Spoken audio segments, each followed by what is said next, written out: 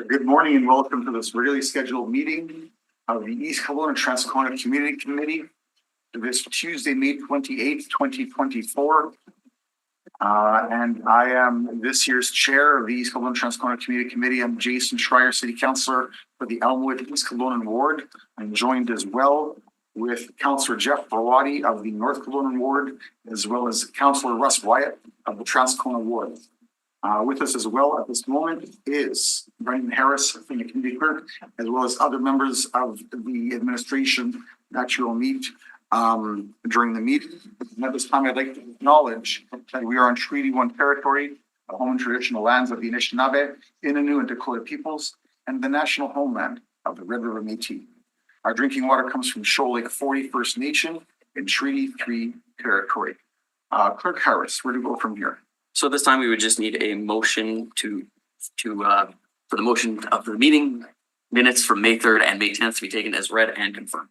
All right. Anyone willing to move that motion?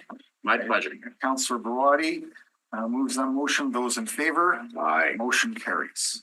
And then a motion for the minutes of the Residents Advisory Group meeting. Councillor Russ Wyatt moves that motion. Yeah. Those in favor? Aye. Motion carries.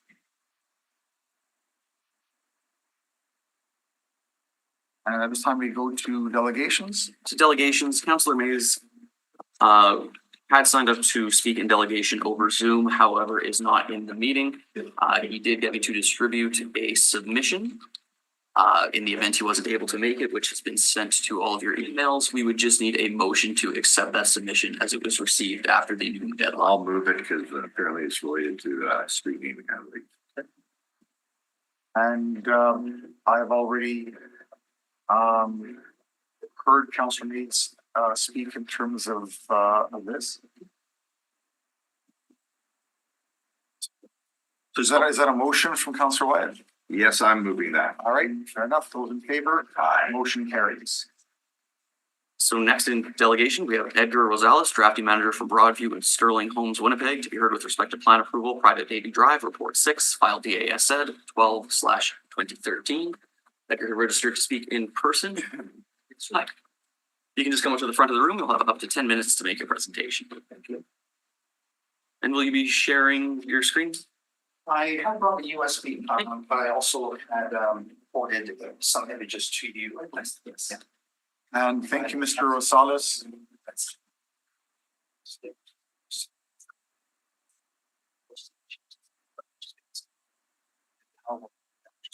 Just with the mouse, yeah.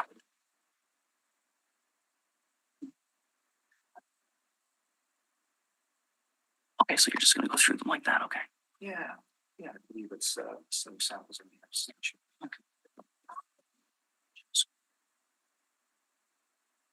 Second here, so make sure these come properly for you.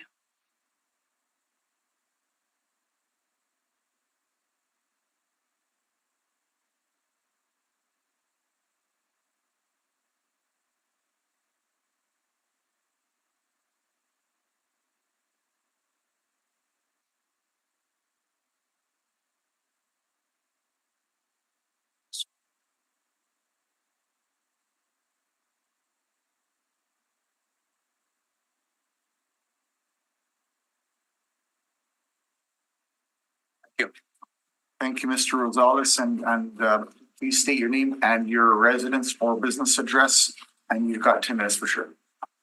My name is Edgar Rosales. I work with Broadview Sterling Homes here in Winnipeg, Manitoba. I'm part of the larger Qualico group. Business address would be 1 Dr. David Friesen Drive.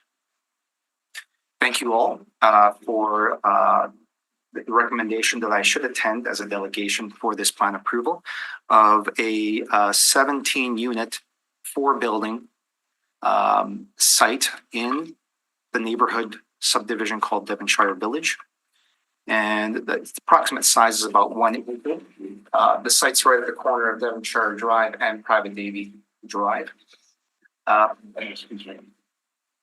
know you have taken a look at this plan approval a few times, and my apologies, as you may be aware that the plan approval recommends colored renderings. At the first submission, we did not submit that, so I do apologize for that. at the request of this of this committee, we did submit colored elevations. We did receive responses. I believe it was May 3rd that the area planner had reached out to us for some revisions. Okay, so today I want to talk a little bit about that and to inform you that we've been Broadview Homes has been a participating builder in this established neighborhood for the last 11 years since its inception. We build new single family duplex housing and small multifamily dwellings such as the ones that you see on the screen now. We value Devonshire Villages architectural controls in that it's cohesive, it's diverse. Our certified designers meet with every one of our single family buyers to go over the materials and color selections. Those colors are then submitted to a third-party architectural consultant. For this development, they're actually out in Calgary, just because of the sheer volume of work that does go through our desk. Something like this is a color palette that we review for a building every day. Every single day is a new project for us. And this review takes a look at the building itself, but also compares its to immediate neighbors, just to make sure that the streetscape is in line with the architectural vision. This private Davie townhome project met all the Devonshire's Parks architectural vision and development standards by blending classical architecture with modern detailing. Now, picture this, a home that stands out, not for its size or its grandeur, but for its captivating allure.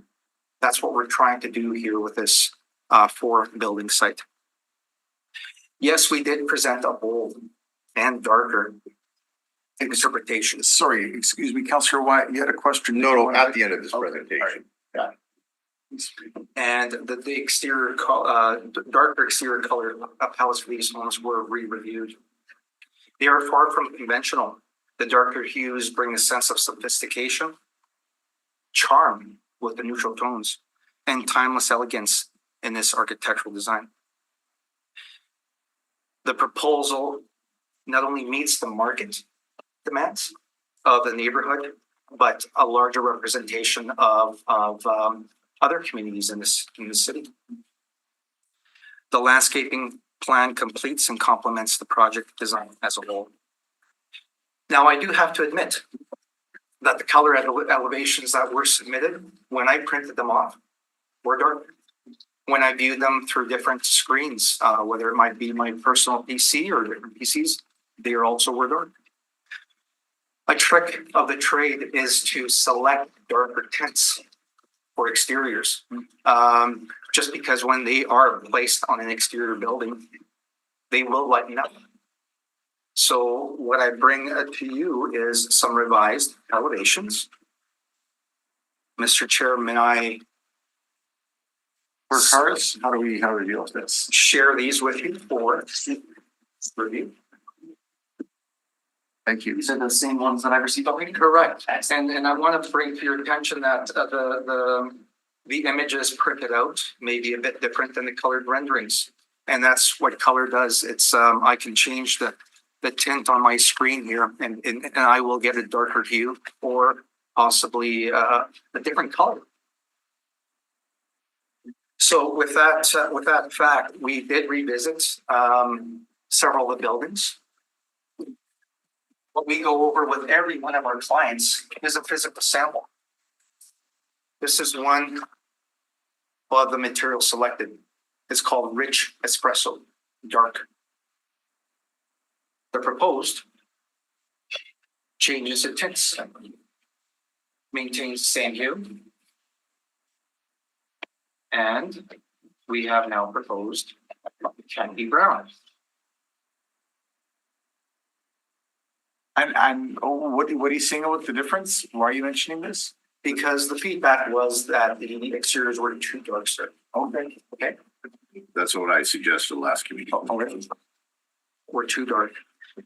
So that's where, again, with our consumers, our buying public, we go through these samples under natural light conditions near a window and say, please don't solely rely on the renderings, don't solely rely on the prints.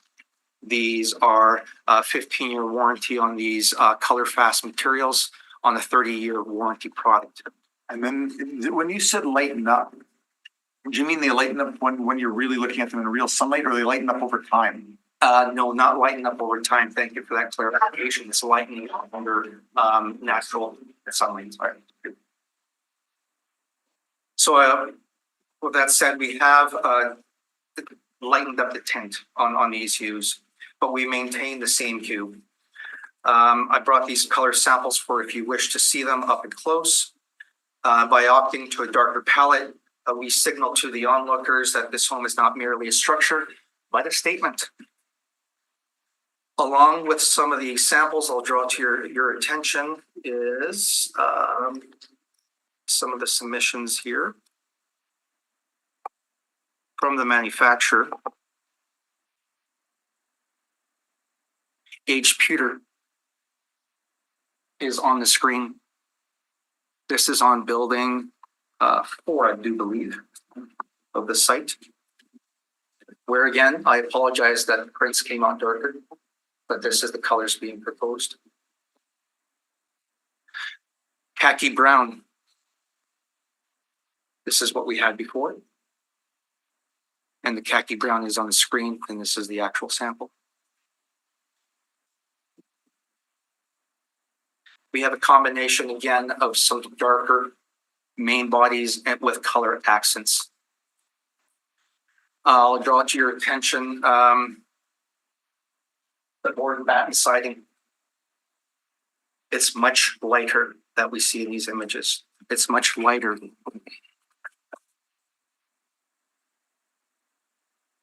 The person.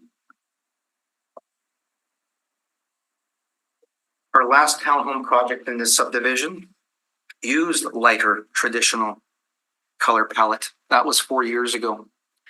In 2024, we like to stay with the trends and we like to be a trend setter. That is why we proposed not the same old, but something that is cohesive within this neighborhood. We strive to build to a higher standard. It is why we selected a premium wall cladding such as James Hardie fiber cement siding, where I've seen the competition, they're still using natural stucco on 3 walls, not just the primary walls, the 3 side walls. I'll drive down Devonshire Drive or Transcona Boulevard, and it is just a wall of stucco, like other stucco. We chose to use premium vinyl sidings and a premium product. By deviating from the norm and opting for the darker hues with color, I might say, we have elevated these homes' aesthetics. At this time, I'll ask if there's any questions from the committee. Councillor Wyatt? Yes, thank you, Mr. Chairperson. Buenos dias, Mr. Buenos dias. Senor Rosales. ¿Cómo Buenos está? It's been in the city for about 40 years, sir. But I So still your speak the language. Spanish is still there, I'm sure. It is, yes. Yeah, gracias, yo muy fortunada tu aquí ahora. Muy bueno. But antes, yo muy furioso con the proceso, con no response. I'm saying it in Spanish so that it doesn't have to be said in English. I can translate if you like. But I guess the challenge that I have here, this is the last meeting that we can't lay this over anymore. I do understand. Yeah, so you really don't give us any option by showing up at the last meeting. Because then I'm facing with either an up and down vote now, just so you know our process. So typically a city council doesn't like to be boxed in, and that's kind of what we're facing now. It would have been better to have this information sooner. The other part, I guess, that I'm concerned about is you mentioned Transcona Boulevard. I took that as a shot at Daytona. I don't think that's professionally something that Qualico should be participating in. attacking other developers or criticizing their product in a public committee. Just a suggestion. But I mean, that's up to Qualico, of course. That brings another question. I guess when Qualico does a development, they have a tendency to lock out all the other independent builders. They allow Broadview, Kensington, Randall for sure. Maybe one other builder. Broadview, Kensington, and Randall, all three are owned by Qualico. So not only are fully integrated when it comes to, well, you can argue about Randall if you want, but the reality is it's pretty well controlled by Qualico. So Qualico, basically not only controls it as the developer on the land, but also integrates the building and then makes a profit on the building margins as well. Why does Qualico continue to act like a somewhat, this is what I'm hearing from the industry. This is not coming from me, Mr. Rosell. I'm hearing from the industry that Qualico acts like a bully and basically shuts down other builders from coming in who are very qualified, who have proven track records, do not let them into their developments, but yet here you are in a Genstar development. Yes, sir. Building. But yet when it comes to your developments, you don't let other builders in. It's a closed shop, like something out of the 1920s or 30s. Why? I realize and I can appreciate, maybe you're not the person to answer that question. It's guys above you who make those calls and I appreciate that. So if you can't answer it, I understand that as well. If you have to delegate that to your senior folks, please pass on my comments. Don't hesitate. Certainly.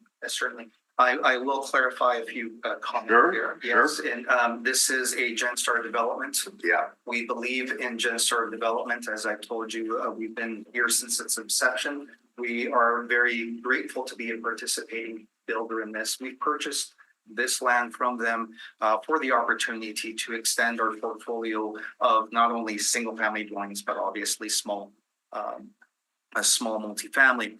Back to the Qualico communities, there's at least 4 other participating builders that are well known in our industry as well. So that we can expand the number of participating. Well, I certainly hope so, because I know in Canterbury Park, for example, when they were finishing phase 2, basically, I bought a Broadview home years ago. I sold it out because of my divorce and everything. But I basically had a choice between Broadview, Kensington, and Randall. That's all I had a choice on Little Puck Bay, right? And I like to think that the market is bigger now, that Qualico has done extremely well. I happen to know they have tens of millions of dollars sitting in their reserves because of the last 20 years. I think Qualico has to take a bigger approach. And I welcome Daytona coming into the market. I know Qualico doesn't, but I do. And I know the consumer does. But, I really think that they really need to rethink their business model and maybe also their corporate philosophy. That just please pass that on. Certainly. In light of the changes you made, I appreciate them. I just Googled Canadian soldier colors, uniform colors during World War I. Because Private Davy was a soldier who went to war in World War I from the community. He did return, even though it was 9-1. 1 out of every 9 soldiers died in that war. And he did end up serving on the council for then the town of Transcona, which is why this community committee named the street after him. And you got lucky because the exact color you're using here is the exact color of the soldiers. I don't know if you knew that, but I was not aware. yeah. So you have the luck of the Irish all like it's the same coloring scheme. So I'll be happy to move it. I was looking forward to something brighter, to be honest with you, because everything now is like brown and tan and beige. And we have long winters and we have dark nights, and it would be nice to introduce some coloring that we see in other cities now, but Winnipeg always is 5 or 10 years behind everybody else when it comes to this stuff, it seems. So anyway, thank you for your presentation. I'll be moving the plan approval in support. Sure. Thank you for coming. Gracias. Buenos dias. Just to Thank you. confirm, are you gonna be suggesting any amendments? No. Okay. Well, other than the amendment being the new colors. Okay. That's. Thank you, Mr. Rosales. May I just remove the USB here as is and walk away? Yep. Close this down.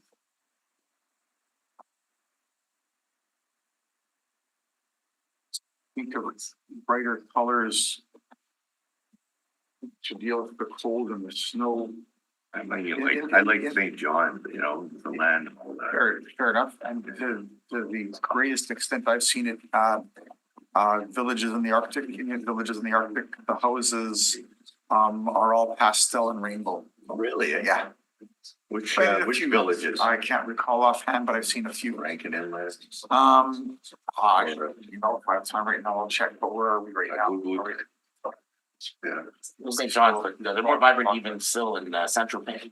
Where in Santa Fe? Central Maine, France. Oh, really? Santa Fe. Central Fe. Fair enough, in Santa Fe, they all, it seems like a universal bylaw for the city. They all have to have shingle, the same type of shingle, Oh, yeah. roofing shingle. It's fascinating. The old Adobe, like Adobe looking. And I've never seen a city like that. 1908, I think they passed that bylaw. Pardon me? In 1908, I think they passed the bylaw. Did you study these things? How did you, 1908, how do you know this? Because this is, Oh, you mentioned something now, you're gonna have to back it up. with us, right? When I was part of the Olympic team, we did altitude training out of Santa Fe. oh So wow. we would go down there and it just, you know, you're living in that city and you start picking things up. And did you notice certain aspects of the Santa Fe aesthetic culture? Oh, yeah, Very like it's distinctive. just uniform, even Yeah. the subways, like the Yeah. McDonald's even had to adhere to it, right? So it's just It was really, fascinating. it stands out, like it was for tourism. Yeah. Well, it got me. It's one of the things, I noticed a few things about the area. That was Do one. we have any more delegations? We do have more delegations. Okay. So up next, we have Diana Smith from our Affinity Architecture. And following Diana, Evan Hansen, the principal architect from Affinity Architecture. Both will be speaking with respect to the approval of short form subdivision application and amendment to servicing agreement AG 32/14 for 250, 260, and 270 Pegwood Street, file DASSF 511/2024, report 9. Which one was that again that she's speaking on? Item 9. Item number 9. But not, Pegwas, the 270 Pegwas Correct. and 250. Is that the value? Is that? I It is, believe okay, so I have to declare a conflict on that one. So I have to leave it with the delegation. Thank you.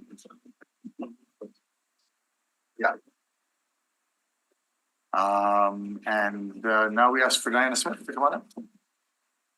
Okay, so Affinity Architecture did join singularly. Okay. Diana Smith, are you Diana Smith? Okay, I apologize. I understood you were coming in by Zoom, but yes, certainly come forward. We'll have up to 10 minutes to make your presentation. And did you have a presentation to share? No, no presentation. Excellent. Morning, guys. Thanks for hearing me today.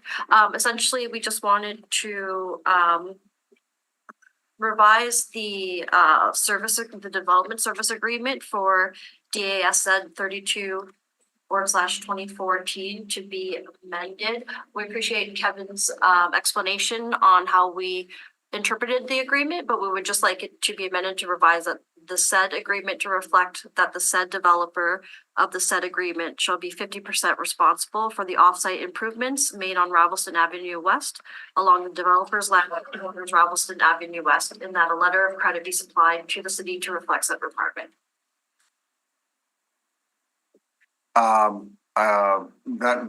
That's your presentation? That's, Okay, yes. fair enough. Any questions on this? So what's changed since the original agreement? So I think it was just the wording in our response that was a little bit unclear, where item 7 says a 7.5 width by to be constructed 200 millimeters of thickness Portland cement, concrete lane of pavement and all related works. And it says the developer shall pay to the city in cash on demand their share of the costs. And so it just was a little unclear to us that their share of the cost would be for a 7.5 in width and not 50% of 7.5 in width. Sorry. Excuse me. Okay. And this is regarding item 9. And there's no hearing on this. This is just, There's going to be a hearing for a related part of this. a related part of this. Okay, so Correct, for the there variance. are moving parts. Can the hearing be influenced by the decision made on report item 9? Sorry, report item 9. I would let the planner speak to that just because they're. Fair enough. And would the planner speak about this now or later on during the We have both the agenda item as number 9, and then we also have the hearing as well. and that's hearing item That is hearing item 4. 4. Yeah, okay. All right. At this time, would Diana Smith stay in the chair? We can ask questions of the administration. That would be more of a hearing situation. Right now, we're simply in delegation. All right, so no comment at this point from the administration is comment from, okay, fair enough. And so in this case, you read out what you believe should be the new wording. Okay, and I'm sorry, could you repeat that again, please? That the development servicing agreement for DAS said 32/2014 shall be amended or revised the said agreement to reflect that the said developer of the said agreement shall be 50% responsible for the offsite improvements made on Ravelston Avenue West along the developer's land that borders Ravelston Avenue West, and that a letter of credit be supplied to the city to reflect said requirement. And have you communicated this previously with the administration? In email, An email, right, fair enough. yes. Fair enough. Any further questions for Diana Smith? Seeing none, thank you very much. Thank you.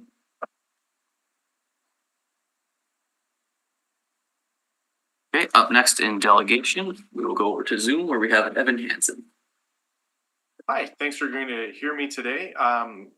Diana is one of my staff, so I'll just echo her sentiments about the amendment. We'd just like to change the wording. My understanding is that in a previous development, the owner of the land had already paid in full in cash to the city for these improvements, and so we just want to make sure that the wording is amended to ensure that the costs for those improvements are allocated proportionately to the people on either side of the street. So that's the intent of the amendment. I'm sorry, so to your understanding, Mr. Hansen, does that mean that the developer would get half the money back? Because you're saying the money was already paid? Yeah, that's my understanding. Okay. Any further questions for Mr. Hansen? Seeing none, Mr. Hansen, do you have any further comments? No. Okay, thank you very much, sir. Thanks. Okay, so that does conclude delegations. We should go retrieve Councillor Wyatt. He's just over there. Maybe.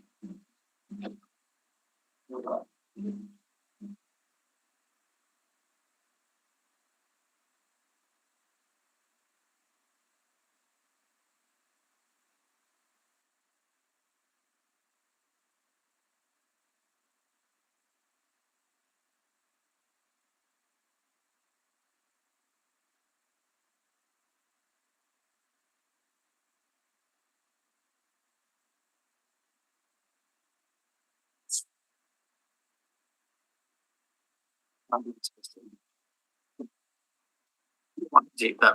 we want to take a short recess to?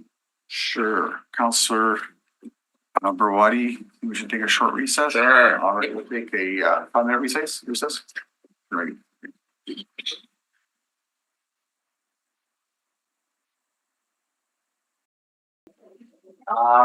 Great, welcome back to this regularly scheduled meeting of the East Kelowna Transcona Community Committee, May 28th, 2024. We have just finished delegations and now we're going back into reports. And Craig Harris, take it away. So we can go into item 1, which is the traffic signalization at Main Street and Fernbank Avenue monthly updates. And we have David Patman, who has joined us. Yeah, good morning, everyone. My name is David Patman, Manager of Transportation and Public Works, and here's an update on the Fernbank signal.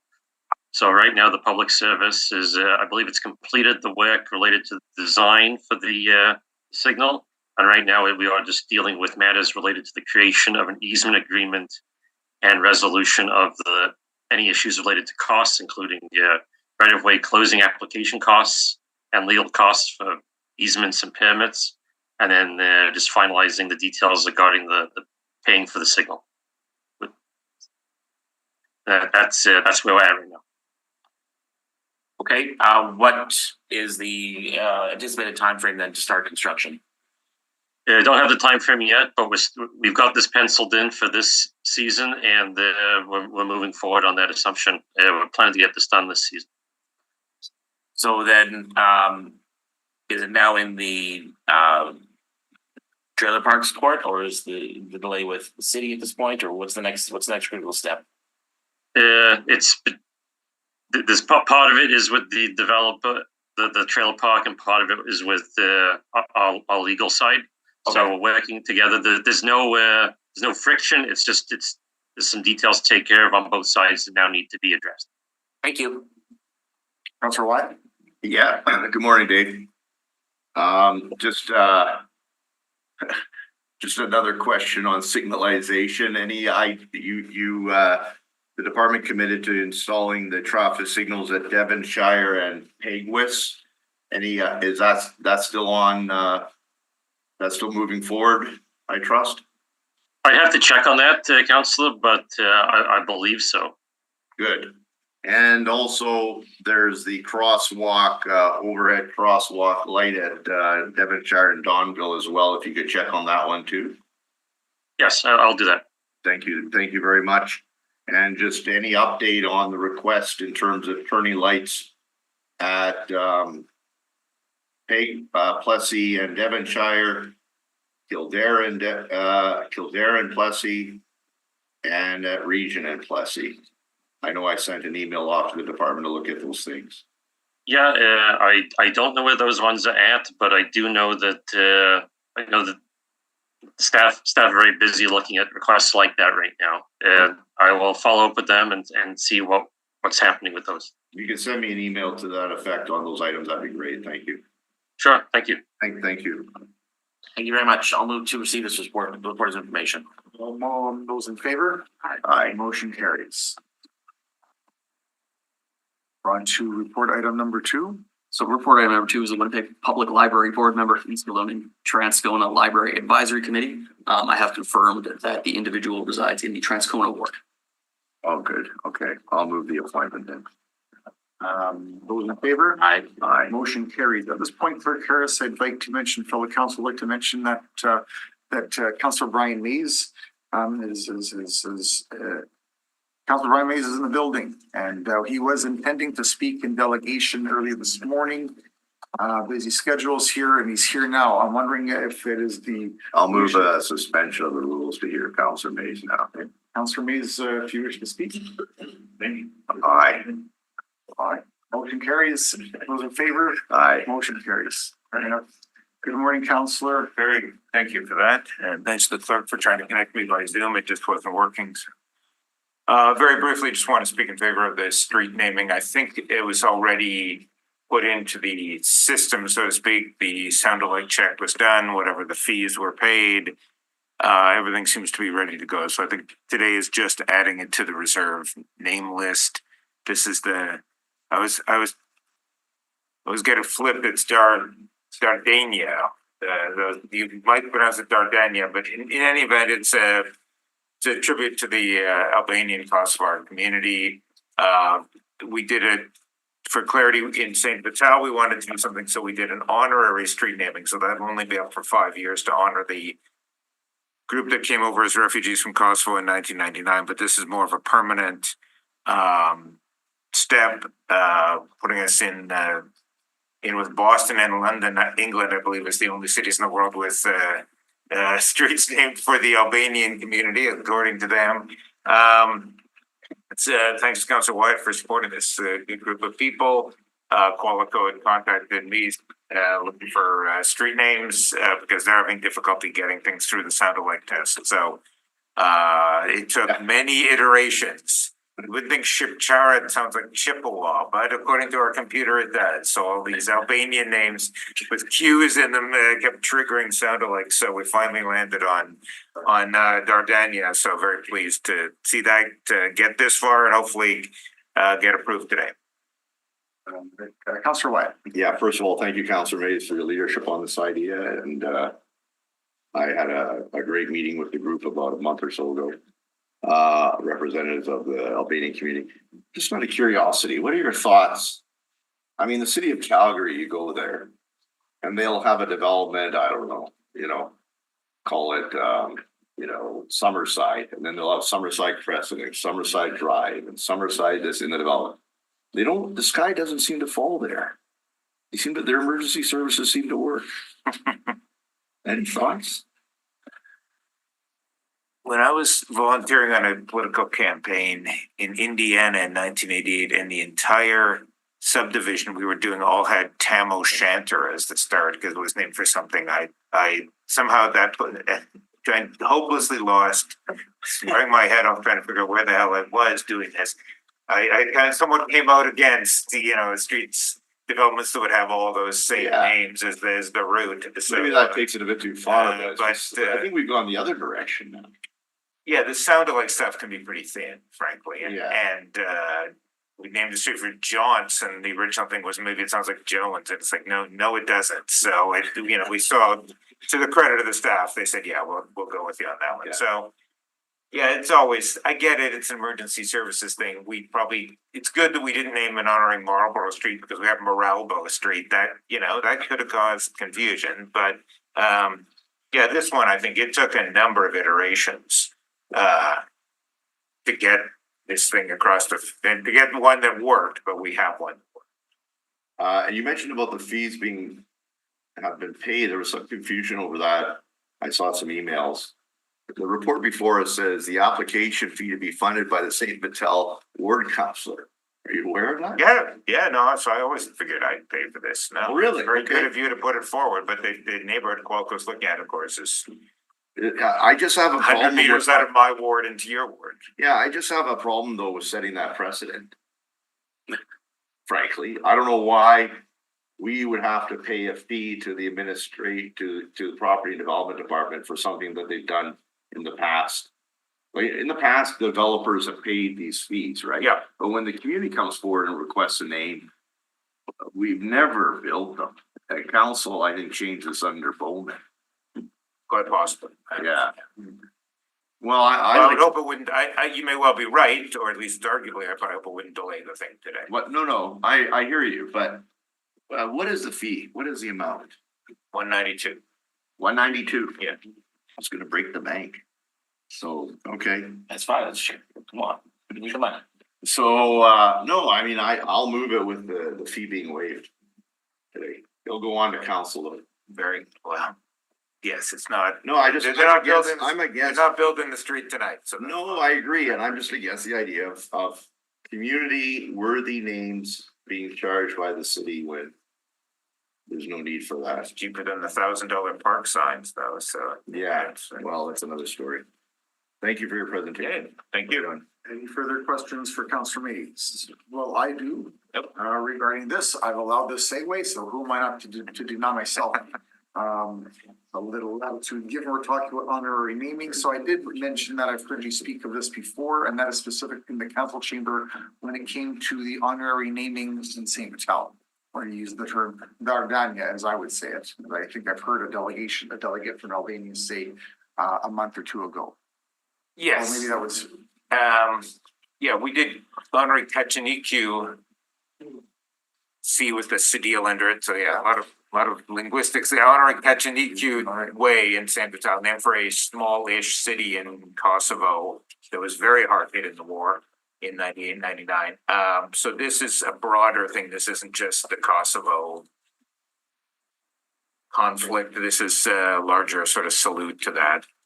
I mean, I think Dardania takes in bits of modern day Montenegro, Albania, and it's in the report, and Kosovo.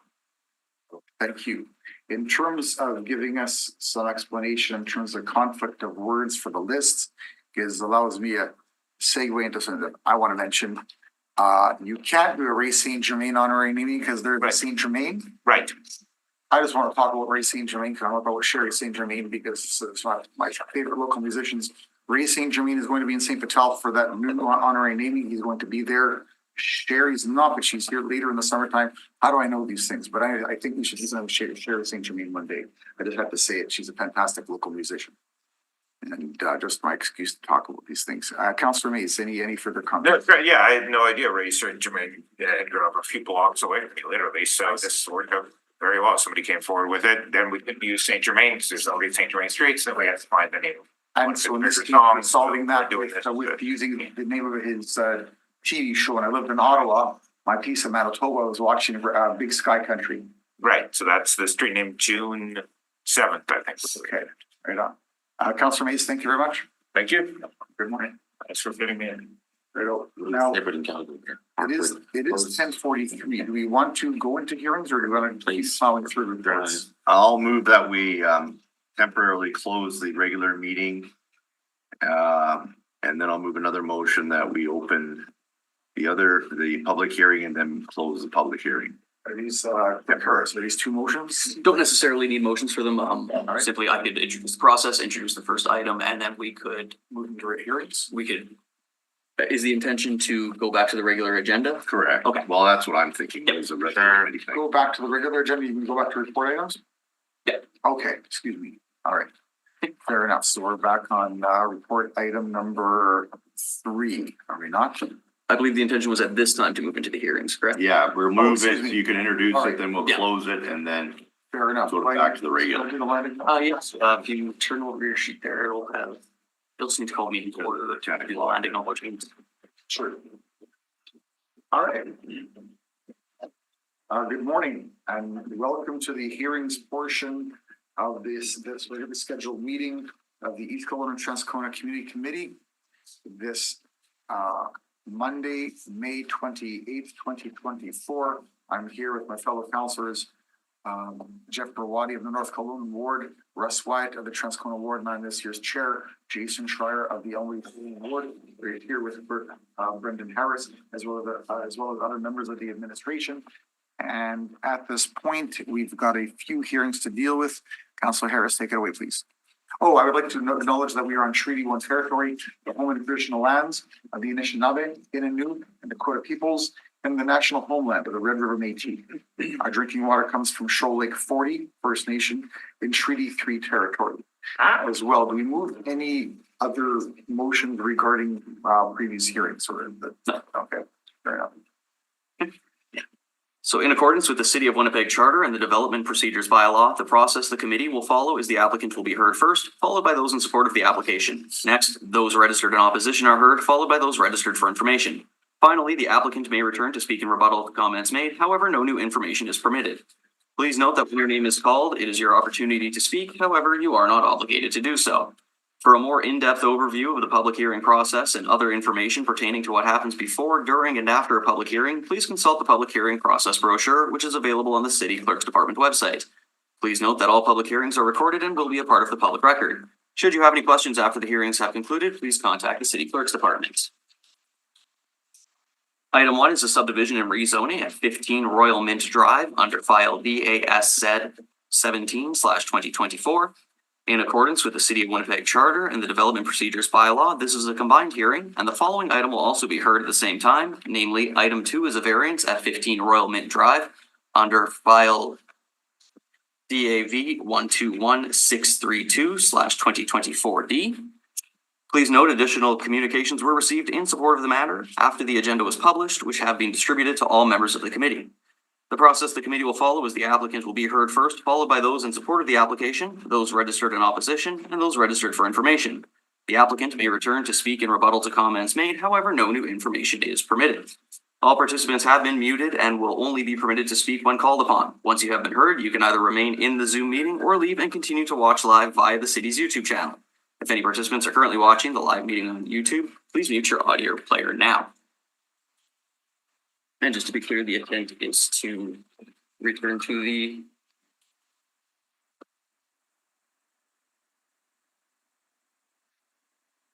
Oh, yes, I'll move that we go back to the regular meeting. Oh, excuse me, That we close the public hearing and go back to the regular meeting. we're doing that right now? That was the plan, I Okay, thought. We fair enough. discussed it.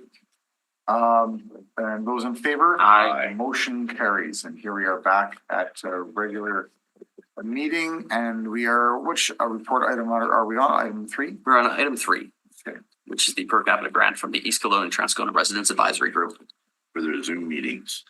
Right, so that is, the request is for per capita grant in the amount of $240.69, which Can we divide it up amongst ourselves? you certainly can, and if we do it that way, then actually we can divide it by 3. It's not really divisible by 2, but it is absolutely divisible by 3. So I'll move that then, that's great. Councillor You Steiner. get $80.23 that way each. That worked out. I thought we were gonna have a crisis of One penny going somewhere at the wall. yeah. The chair of finance would carry that. Oh, boy. I'll move divided by 3. Yeah. All right, that's great. And those in favor? Aye. Motion carries. All right, and thank you to the East Holland Residents Advisory Group for their advice, their communication with the community, and letting us know what they think. They're the last bastion. We are, the Elmwood East Kelowna community is the last bastion, and having that extra dimension of discussion and advice, for which I'm grateful. I'd like to think, well, I'm not batting 1,000, but I think I'm doing pretty good in terms of paralleling their perspective. Any further discussion on that? Seeing none. Item number 4, occasional liquor permit. Yes. Do you want one of us to take the chair or do you want? Sure, if you'd like to take the chair, Councillor Wyatt. Well, we can chair for you. Right, we have just celebrated the first week of the new corner of 243 Henderson at Johnson. It was a vacant lot for a generation. The last person to use that lot commercially was Jim Malloway in the 2003 provincial election, used the gas bar as his campaign office.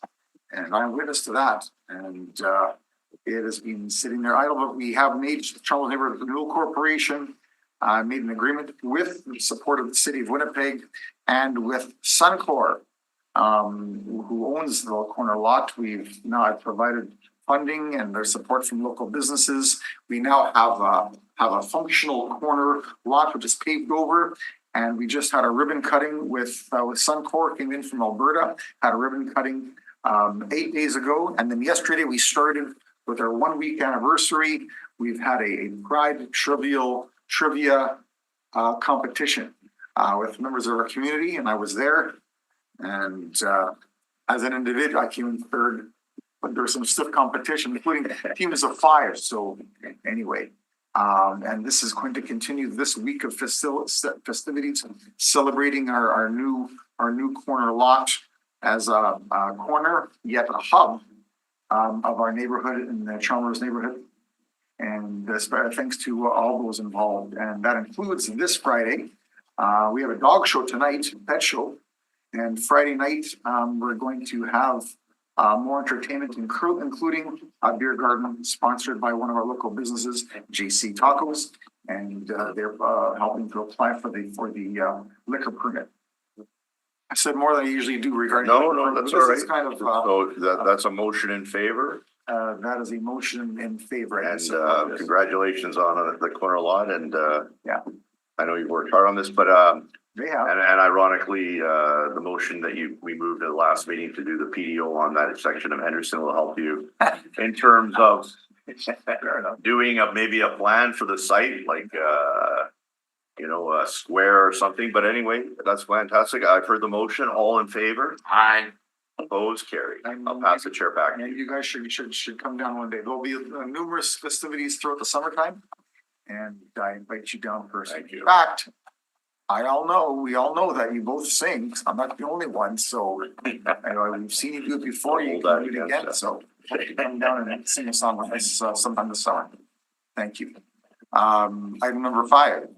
Yes, I'll move approval of the $33,416.25 from the Transcona share of the LDR, the Land Dedication Reserve, for the purpose of installing a paving path to finish the CN, the 2747 locomotive project, that allows for the pathway in front of the locomotive to be paved, as well as access to the back of the building. So I'll move that. This is through the Transcona Museum. I want to thank the board of directors of the museum and the staff for their hard work on this project. Thank you. So, thank you, Councillor Wyatt. For any further comments? Just to confirm, that's the recommendation of the public service? Please, to approve the grant. And that, it goes forward from, the LDR, yeah. Fair enough. And I believe there's enough funds there for that. Motion is understood by the clerk. Okay, those in favor? Motion carries. Item 6. Item 6 is decline approval on private Davy Drive.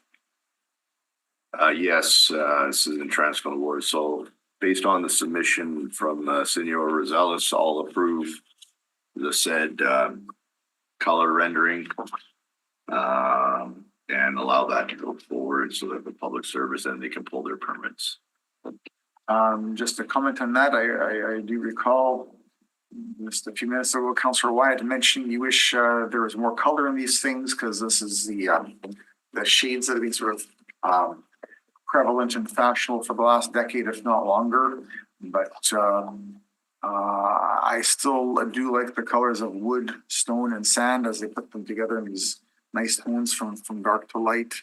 That doesn't mean that in a generation or so these colors can't change when it comes to redoing some of the siding, things like that. Sure, fair enough. Any further comments? Seeing none, those in favor, motion carries. And item 7. Item 7, also in the transcript word, Mr. Chairperson. So I'll move approvals, but we'd have to go on to council because I want to strike clause number 2 in the recommendation. That the application fee be funded by the St. Vital Ward Council. Correct. We wish to strike that, and therefore, what are we, so Council Bellotti and I, so to understand in terms of where the application fee is meant to be funded from? Well, I'll leave that to the Director of Property Development. If it's an issue of funding from community groups, it'd probably be a matter of simply amending the existing policy. And the 192 may just have to go up by a few dollars to have the developers pay a slightly more so the community groups don't have to pay anything, right? And but $192, we've never done that before, and I think it discourages community participation in the development of new communities. It's a disincentive. Developers have the ability to pay for, they come forward with their own street names all the time. And I have no issue charging them. Right? I just have a concern with charging community, that's all. And I don't think the counselor should have to pay. I don't think any counselor should have to pay for that. When he's advocating on behalf of a community group, I have to ask you, Councillor White, because you've done a number of these, more than anybody else in this community, just by virtue of the growth in your ward, and thus changes your focus when it comes to finding names. Yeah, this is the first time I've run into it. I haven't run into this before, so I'm assuming the change must have occurred between 2018 and 2022 in terms of the file. I'm assuming that for the city fees that we approve every year. Does anybody from the administration wish to weigh on this at this point, or is let the motion go as it is? Happy for feedback. Yeah. I was actually just sending you an email. With respect to that, typically the community committee would have the final decision to make a decision on the report. However, the bylaw does state that it has to happen after the application fee is made. With this amendment, is the understanding correct that this would need to go up through SPC? I'd have to go to council. Up to, through SPC. Through SPC. Okay. And I guess just to put my comments on the record would be, this is definitely a worthy group, but definitely a worthy community. And I hope that's taken into consideration. Fair enough. Thank you, Councillor Wyatt. Any further comments? Seeing none. Okay, excuse me, I've got a question. It's going to standing committee and council, but that's not because of the change in the. Yes. It's because of the amendment Councillor Wyatt Yeah, made to the motion. Had it just gone with the public service recommendation, it would have ended. Final decision would take place Okay, here. fair enough. Thank you very much. Understood by everyone? The fees were paid prior to this mission. The fees have been paid. So it'd be a refunding of the fee. Okay, and that is understood. The by- Councillor Mays, I guess, eh? Yeah, Should that therefore, that's inherent in it the, would be that would be inherently understood, right? If we don't charge, then the money would. be well, that was sort of my question. Yeah, no, it's a good So question. you, well, in the sense that you're not saying where, what specifically the source should be from, therefore it not Delegating the authority to go the to the director. administration. Okay. Yeah, Let them figure it out is what you're saying. yeah. That makes sense. It does make sense. Can't say it doesn't. All right. Any further comments? Clerk Harris. I just want to confirm, so it would be the recommendation of the Winnipeg Public Service being concurred in with an amendment to remove condition 2 in its entirety and replace with the following, that the fee be refunded to the St. Patel Ward Councillor, or was it just a? Yeah, so we've refunded to the same town councillor and that the necessary funds be delegated for the, if required, be delegated to the decision of the director.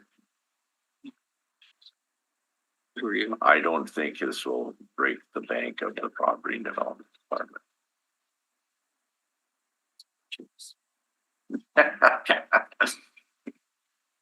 Mind you, I know you guys have a budget, so. Yeah. Sorry, that was so new fund to refund fees to St. Patel Councillor. What was the wording? If the fees must be, If required, Okay. that the issue of the fees be delegated to the director. In the event it creates a hole in her budget. So, Having said that, given this was the line of my original questioning, to you, this is self-evident, but you're just making the point. You're saying it was. I just don't like the precedent. Yeah, I understand. I don't like the precedent. I don't like, I like community, we should be encouraging community groups to come forward with names and ideas, not discourage us, being discouraged this idea. How much is the fee again? 192. All right, any further discussion? And the motion is understood by the clerk? yeah, Those in favor? Aye. Motion carries. Thank you, and now we're on to item 8. item 8. It's the extension of time for the proposed subdivision rezoning, lots 2 and 3, plat 45753 Pego Street and Reinders Drive. So moved. Okay, any further discussion? What is the, I don't mind, what is the date that they wish to extend it to? April 26, 2025. So just 1 year. Normally it's a 2-year extension, why, so 1 year only, okay, but I'm fine with that. Okay, 11 months. I'll support the motion.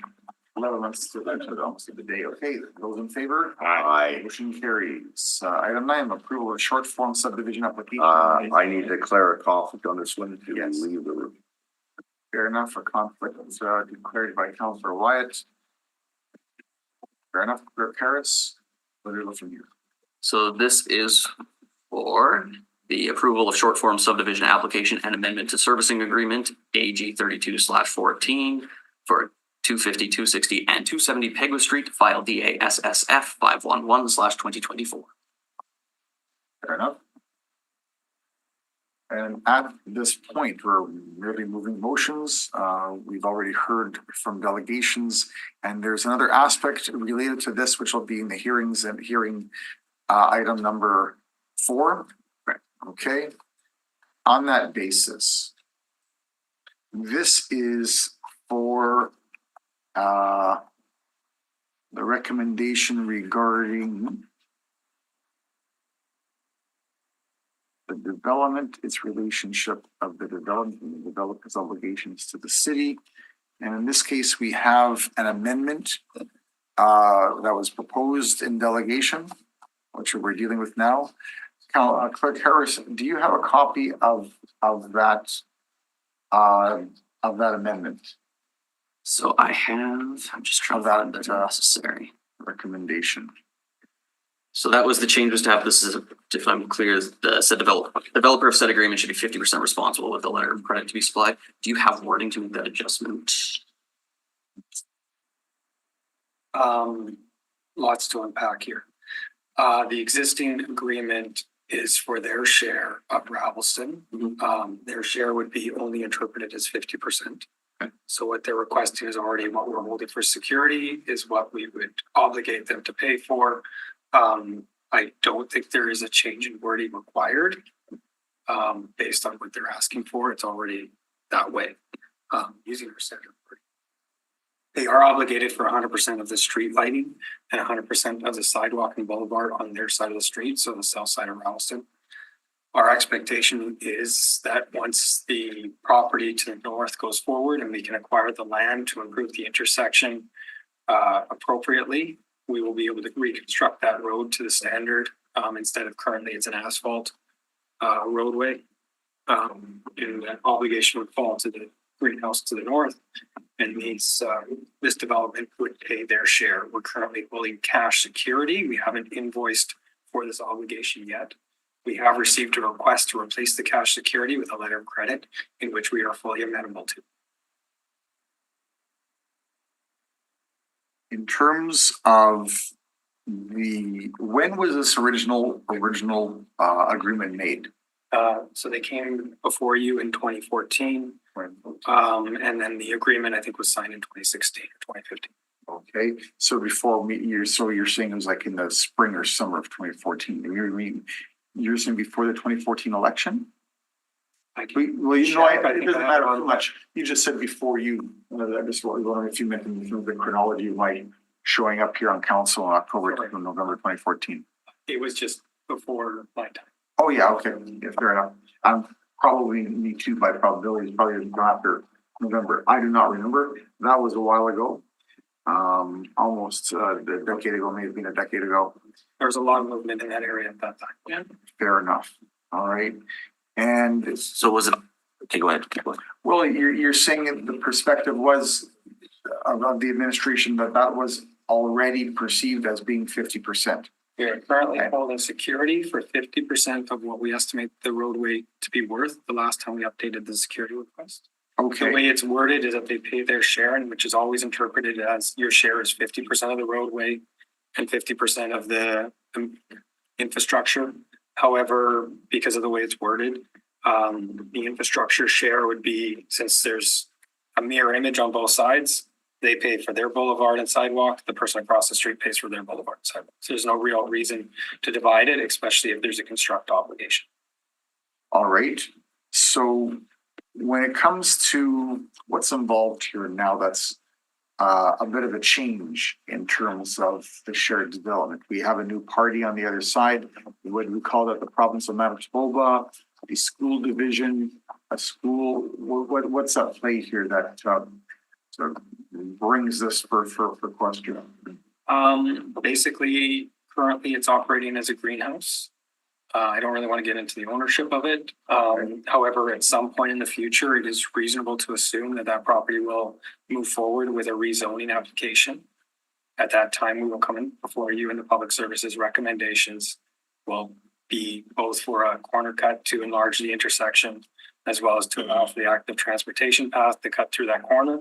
If you look at where Pegulas hits Ravelston, you'll see that the southbound right lane kind of just dead ends into barricades, and that we don't have land to actually make that cut.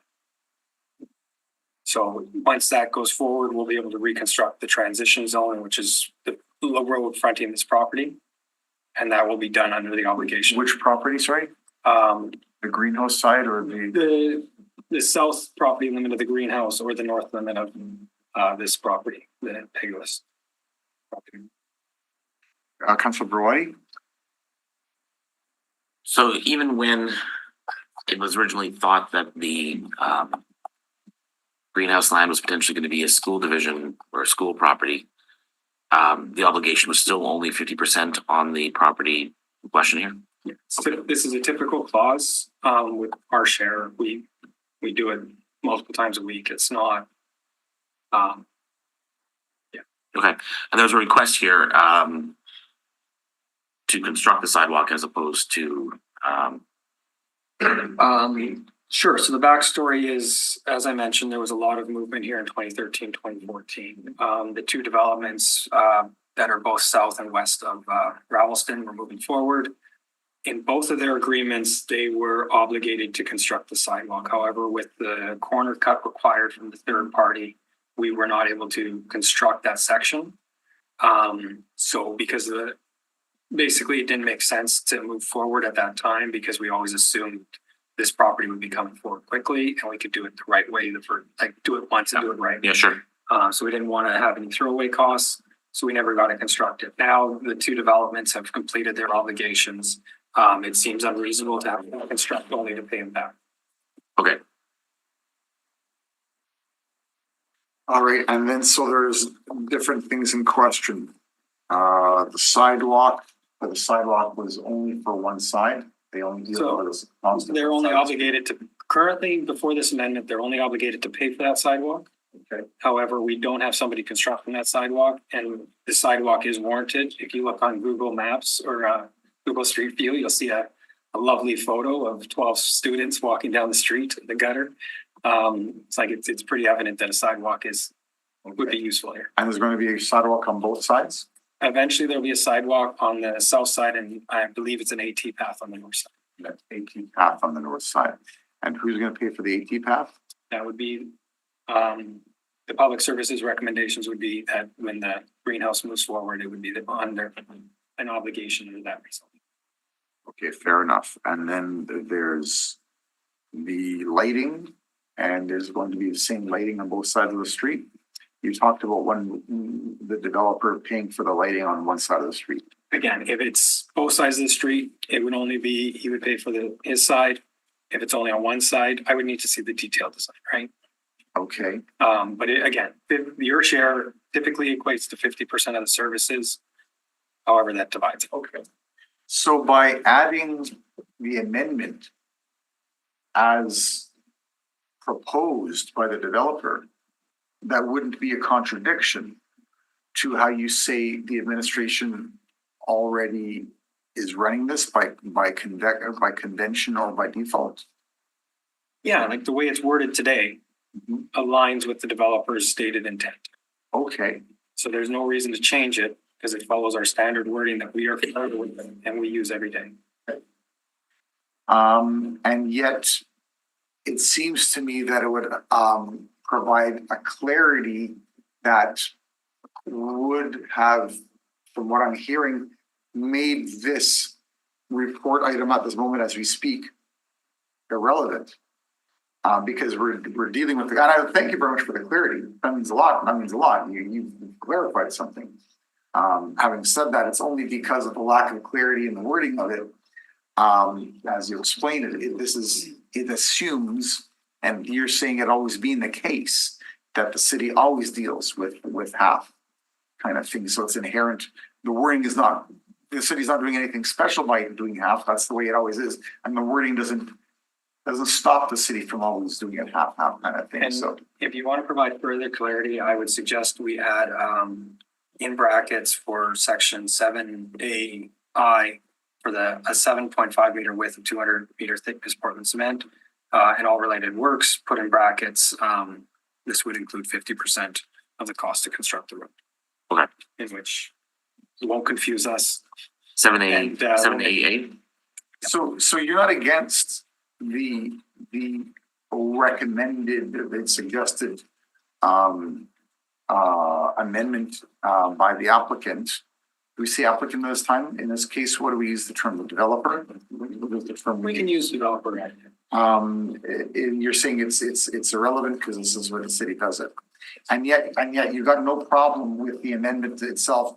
Only you're suggesting now, since we're talking about it, to be more specific, I guess, with, you said 7AI? Yeah, because that's the only one that we would be split. All right. But again, You don't want, your concern, I I guess. like consistency, right? And as soon as it's changed, people, all of a sudden you have to tune in and make sure you find out the history of why it's different than our standard. But because you were saying that even this to be more specific in terms of the Portland cement concrete lane of pavement, you even offered yourself how this could be clarified by adding another phrase. I think understood. We can just add the clarification. I think everyone's happy. Sure. Yeah, fair enough. All right, look, Could take the word in the parentheses. So this would include a 50% share of the roadway and 7A I. Yeah, I'll just say that it's 50% of the cost to construct it. Perfect. Okay, it's understood. I'll move that with that slight clarification. All right. Okay, and with the clarification being understood by the clerk and that clarification being the extra clause, there is no period at the end of I, so you could just put a comma there and all related words, comma, and then add in that extra phrase within the same sentence. Okay. A lot of sentences. Or 7A clause I extended clause. All right. Any further discussion on this? This is understood by the clerk? All right, not surprised. All right, fair enough. Are those in favor? Aye. Motion carries.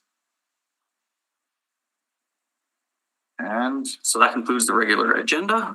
We would now go into hearings, but we should go and get Councillor Wyatt. fair enough. All right, So with that, just a 5-minute recess. sure.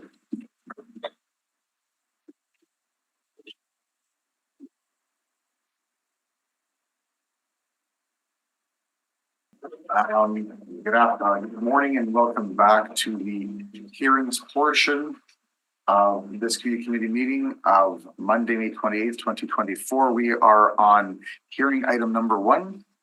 Clerk Harris. We've already introduced the item, so at this time we can turn it over to the administration for a brief summary. 15 Royal Mint Drive is located at the southeast intersection of Fermor Avenue and Royal Mint Drive in the Southland Park neighborhood of the Transcona Ward. The property is in an established neighborhood, recent community policy area, as designated in Complete Communities 2.0. The property is currently zoned C3 Commercial Corridor District. The applicant has proposed subdividing and rezoning the subject property to the RMFM Residential Multifamily Medium District for the construction of a 222-unit multifamily building in 3 phases. The building would be 4 stories in height and arranged in an open circle around a pond and courtyard. Access to the site is proposed from Royal Mint Drive, with access to underground parking at the southwest and southeast corners. In their letter of intent, the applicant has also noted that the proposal is intended to serve those 50 and up. The proposal requires 1 variance, which would enable 291 parking spaces instead of 333 parking spaces. There are no proposed reductions to the visitor or accessible stall counts. The applicant is proposing 120 secure indoor bicycle parking stalls, and the subject site is located approximately 1 kilometer from the Southdale Shopping Center. And in addition, the applicant has submitted a parking analysis that compares the current proposal to 2 of their other recent projects.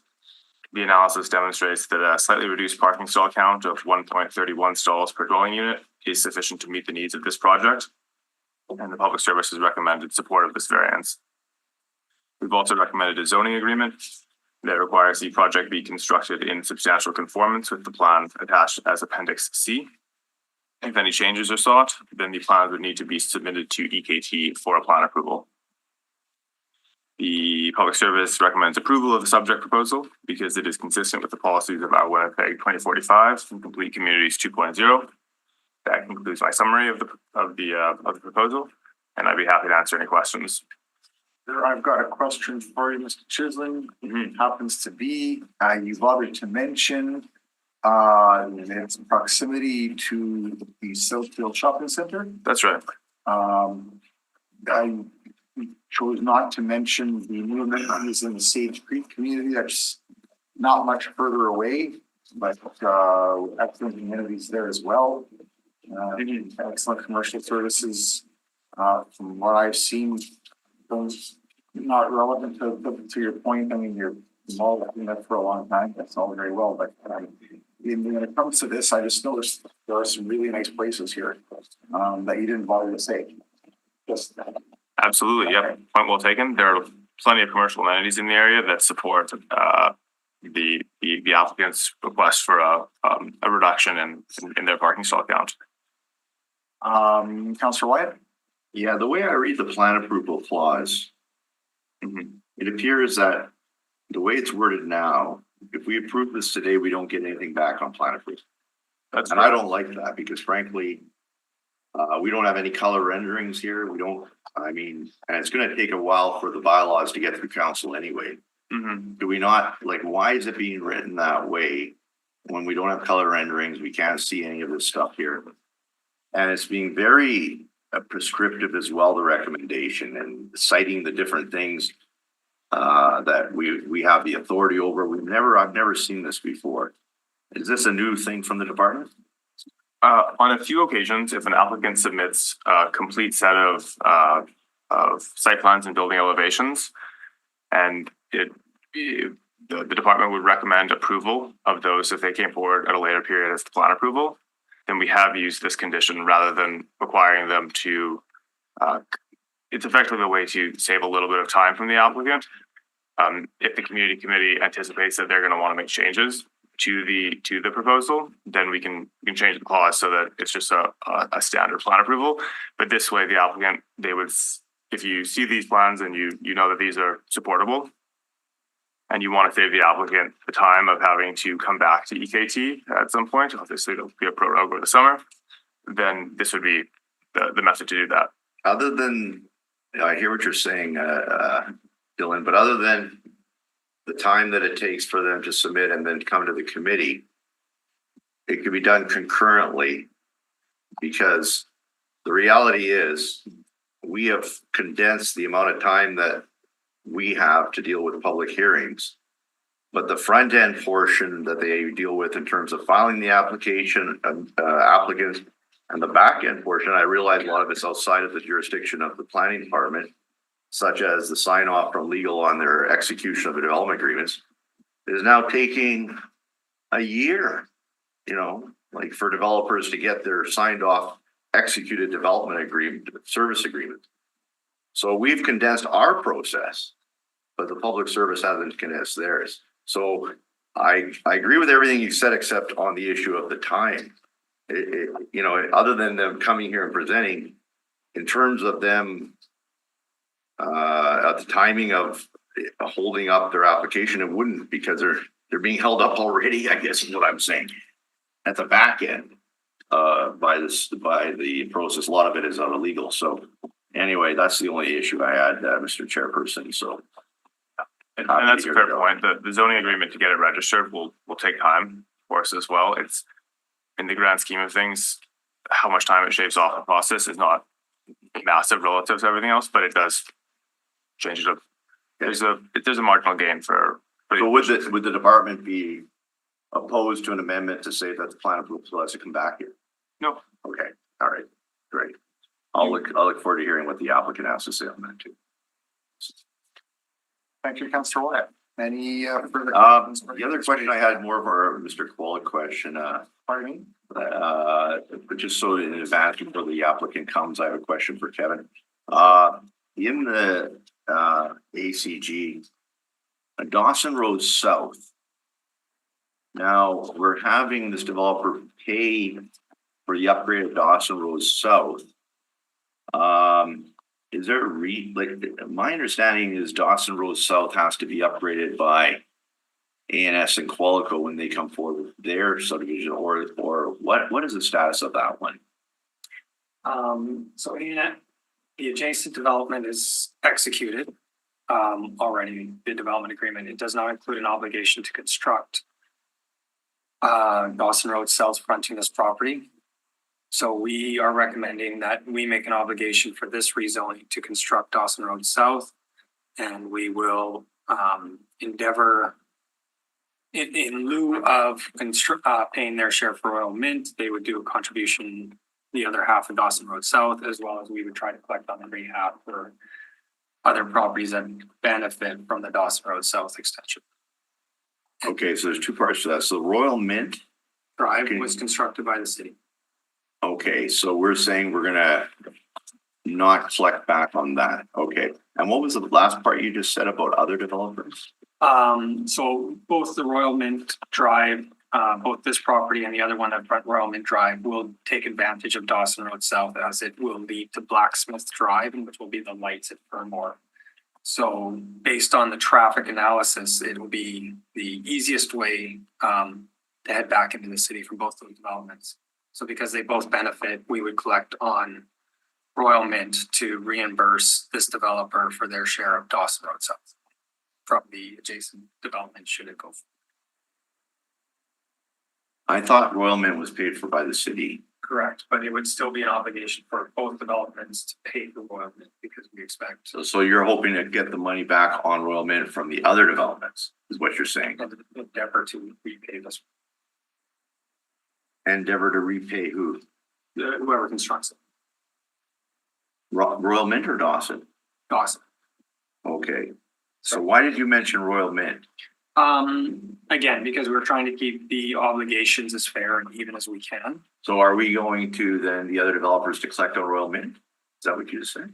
Should they move forward, with the property that is west of here, we would collect or the frontage on Royal Mint to reimburse whoever constructs Dawson Road South fronting this property. Yeah, but why would we, I don't understand that. Why would we, it's confusing because the city put in Royal Mint is what you're telling me. So why is Royal Mint in the picture at all? We're waiving that. Well, I don't understand. So normally we charge developments for all roads that front their developments. Right, Whether they're constructed or obligated to construct. right. However, we recognize that it is a significant obligation to construct Dawson Road South, and we also recognize that there is no other tool that we have to construct it in a reasonable time frame. Well, my understanding is that the ANS application was approved. Why was that not done at that time to require Dawson Road to be upgraded by them? I cannot speak to that conclusively, but I would suggest they don't benefit as Blacksmith Drive would be the main artery. So ANS would only access the portion of Dawson Road that they are constructing, and then those developments would exit through Blacksmith. But the traffic analysis, my understanding is that you just mentioned Dawson Road South is also key to the ANS development too. No, Dawson Road South is key to this development. And Yes. the Qualico development. Dawson Road South fronting this development is not key to ANS. No, but there is traffic volume being generated out of ANS on Dawson Road, right? That would go into their portion that they are constructing that connects to Blacksmith that they are constructing.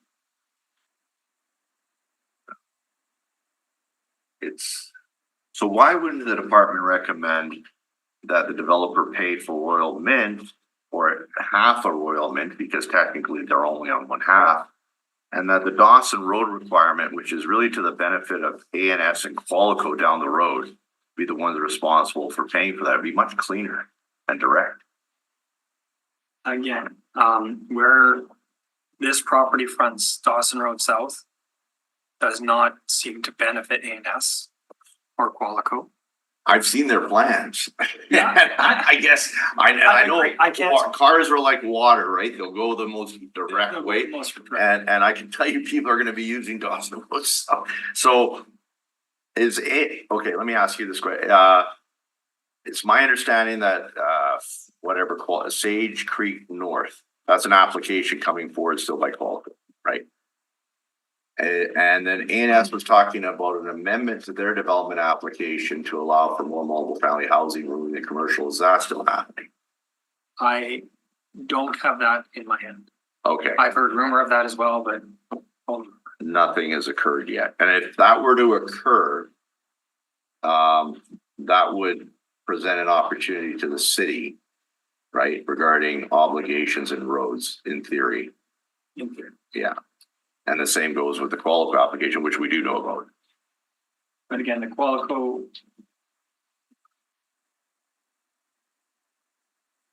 So go ahead.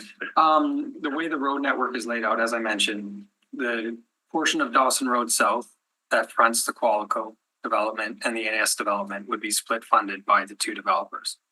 From there, it goes directly north down Blacksmith Drive to Fermor, in which we'll have a proper signaled intersection.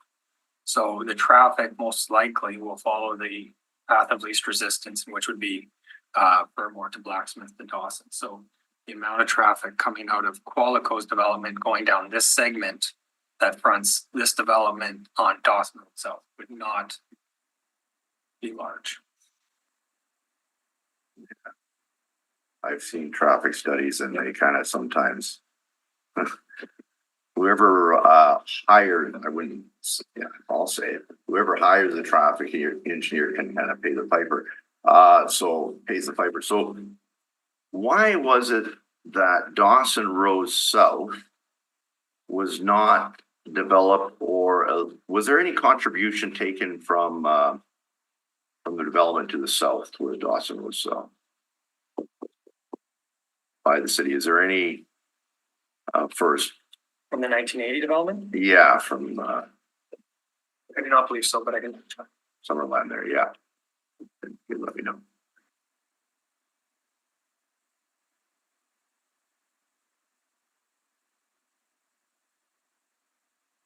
And I'd like to know who that developer was. Royal Mint Properties Incorporated. How far back in time are we going on this? Royal Mint Properties Incorporated, who is that? Who was that? Can't tell you any further than that. What year is this that you're referring to? 1980.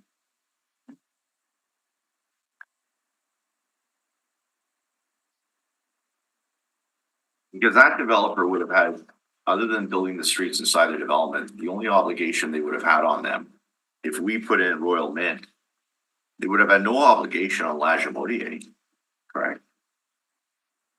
Because they access La Jamodier, they have a light going out to La Jamodier, the development to the south. Yeah, they were to construct two versions. The internal Yeah. trade network. And they did they make any contribution to upgrading La Jamodier other than at that intersection?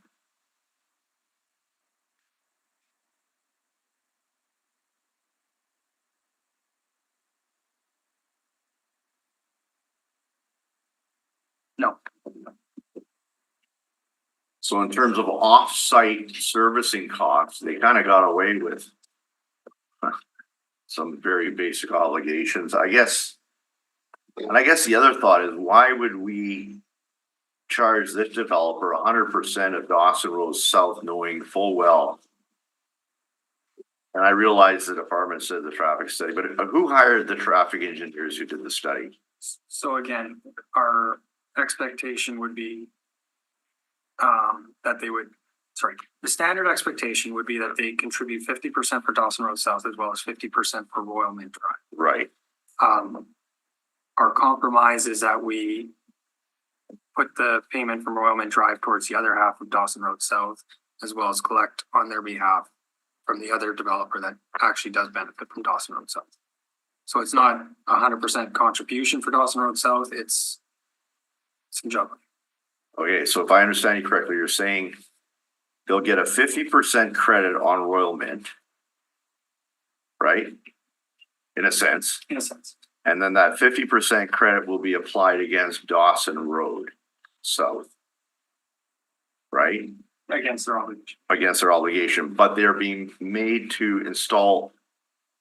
The obligation is 100% construction of Dawson Road South along their frontage. I don't think that's such a reasonable, but I can ask them, but I mean, I don't think that's fair. I just, if they're responsible for 50% of Royal Mint, why aren't they not, historically responsible for 50% of Dawson, but we're making the 100% of Dawson, which is, nearly twice as long as Royal Mint. But anyway, I'll wait to hear from you. So when you do the numbers, what we're proposing would be the same frontage, should we be able to collect from the adjacent property. Okay. Which adjacent property are you referring to? The one to the west on Royal Mint. On Royal Mint. Yes. One day when they come forward, which they will. So, okay, thanks. I don't have any more questions. Okay, thank you. I really appreciate that question and answer. As a council administration doing their jobs. Nice to witness. I learned a couple of things, I guess, is my point. All right, where do you go from here, Clerk Harris? So this time we can go to the applicant, Louis Pereira. Apologies if I mispronounced that. You'll have 10 minutes to make your presentation after you state your name. And I'll help you get set up with your presentation up here. Thank you.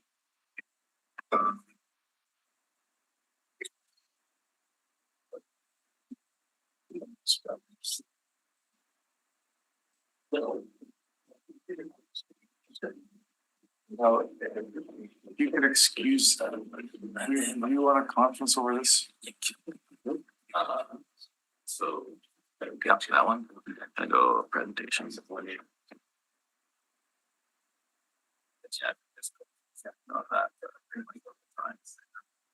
So you're gonna be in charge of controlling the presentation. Okay. What do you? I need lunch. Yeah. Take the next one right away as well. So it's not, no back. Sandwiches. So it's great. And parking variance. And then, yeah, take that as well. We'll break it. So we're gonna do the ones that share sign. Yeah, the parking variance one that was really need for the next, item agenda. So this is a combined. Yeah. Oh, so it's everything on one, everything. Oh, okay. Oh, my God. Speaks to that. Yeah, I just, we do have a Qualico application you come. And then, click on. Qualico applications on the next agenda. In June. Yeah. maybe Along with the marathon. Yeah. Well, that's all in June. Yeah. Yeah, Maybe 24th? just saying, like it's, if you lay stuff over, it's gonna be. So it's a dinner lunch that day with the mayor.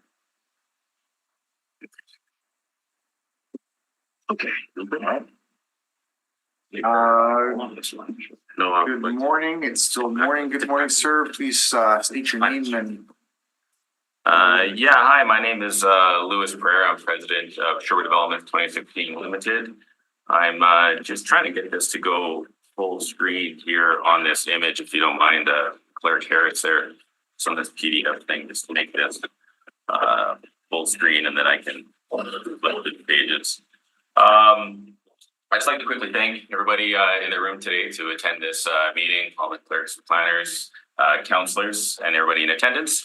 And as you can see here on the screen, these are the groups that we have engaged with in putting together this proposal that we'll be sharing with you all today. And once we can manage to get this full screen here. There was a view item there. Under that menu, you pull down this. Go to view and try full screen. Right, view. Thank you. Perfect. All right, so I'll just get into it here. Sherwood Developments is a local family-owned and operated company in Winnipeg, and our focus has always been on quality over quantity. My brother Jason and I took over the company in 2016 and have since completed Vista 429 in Southdale, and we're nearly complete the Pearl in St. Patel. We acquired this property in August of 2022. We purchased it from Imperial Oil. The property is in irregular shape. It is 6.63 acres in size. And we're proposing to construct a 3-phase, 4-story multifamily development containing 222 dwelling units. And to accommodate this proposal, the site will need to be rezoned to C3 commercial corridor, from C3 commercial corridor to RMFM residential multifamily medium.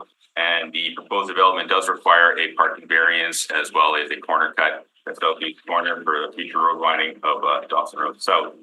On the screen, you can see the construction phasing and construction schedule that we have proposed for this site.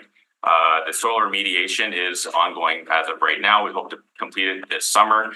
The phase 1 construction, we would hope to start in October of this year. I'm seeing that that's likely not going to happen, but that is our goal. And if that was the case, we hope to be completed in the summer of 2028.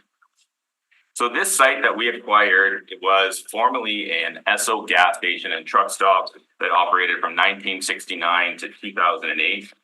This gas station also had a restaurant and trucker facilities. And in 2008 is when it closed and has been vacant. And it is currently listed on the Manitoba Conservation Designated Impacted Sites list. In September of 2023, we were issued a development permit by the city to remediate the property. We hired Angtech Consulting as our soils engineer. And the objective is to remove the contaminated soil from the site and then to remove the site from the designated impacted list. The remediation, as you can see, requires 3 large excavations and removing of 23,000 cubic meters of fill. And that equals to 1,600 semi-trailers that we have to haul out of here to Ile-des-Chênes GFL. The excavation is ongoing. We've had to dig down to 29 feet in some sections, which is more than double what was estimated on our soils reports. And another issue that we're dealing with is that any rainwater that collects in these open holes has to be treated as contaminated water and hauled away in back trucks. And since we've started this, it's been raining about every 3 or 4 days this last month. The time to remediate this property and the cost has dramatically increased from our original budgets. Angtech is supervising the soil remediation and daily, and is providing a summary of all our field activities, submitting that to Manitoba Conservation for their approval. So this is what we're proposing to build on the site. And actually, I just want to make a quick sidebar comment that we did submit 25 renderings, and the city clerk, Zoe Wade, did not include them in the package. I'm not sure why, but that was part of our original packaging that we did submit to the city of Winnipeg. But in our pre-application that we did on October 22nd or 2022, the feedback was very supportive of our development. The Urban Planning Division concluded with comments such as that our RMFM zoning is appropriate, given that our property is fronting on Royal Mint Drive and on Fermor, and that our proposed building height is consistent with their Complete Communities Direction Strategy 2.0. And there are some minor design changes that have happened since the pre-application, which is primarily to address sound issues that are coming from the Symington train yard to the north. So our some highlights of our site plan and of our property is that this is a 6.63 acre site, and we are very proud to have park-like landscaping throughout, featuring walking trails and seating areas. 55% of the property, or 3.6 acres, is going to be remaining as green space. That is another thing that we're very interested in as well. The property is connected to trails, as the property is also within 90 meters of a bus stop located on Royal Mint Drive.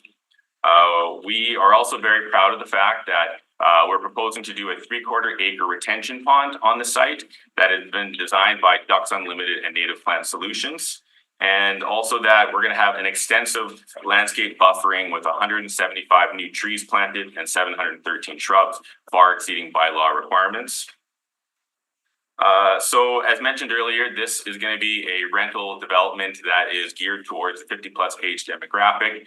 And based on our past projects that have also been the same style, to give you an idea, our residents, the median age is around 72 years old.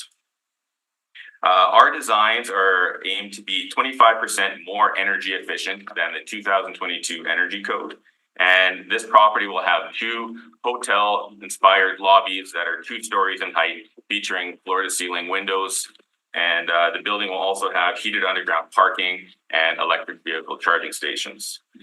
Construction of the building will include concrete foundations as well as concrete and steel floors all the way up into including the roof.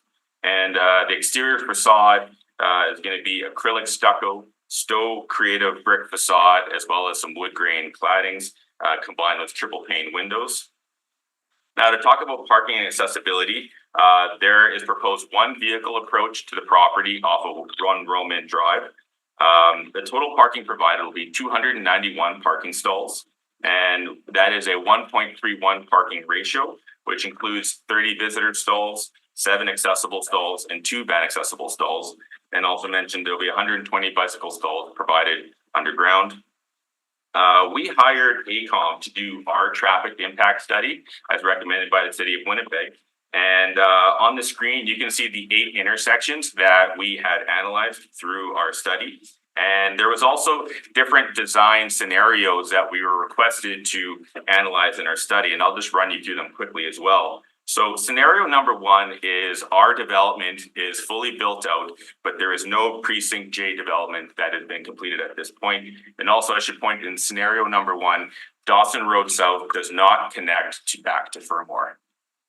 Scenario 2 is that phase 1 of precinct J has been completed as well as our development. And then scenario 3 is that all of precinct J has been completed as well as our development. And the traffic impact study that was created for precinct J back in 2014 by WPS had an estimated of 534,000 square feet of commercial space, 2,000 multifamily units, and 932 single family homes. So this is a traffic sequencing diagram for scenario number 1. So this is when our development is 100% full build out, but there is no precinct J yet started. And at full build out, our development is expected to generate the following vehicle trips. In the AM peak hour, there would be 72 trips. That is 19 inbound, 53 outbound. In the PM peak hour, there would be 88 trips, 54 inbound, 34 outbound. And the routing of our vehicles to and from the site would be 30% coming to and from the north on Lagimodiere Boulevard. There would be 35% coming from the west on Fermor Ave. There would be 25% coming from the south up on Lagimodiere and 10% from the east on Fermor Ave.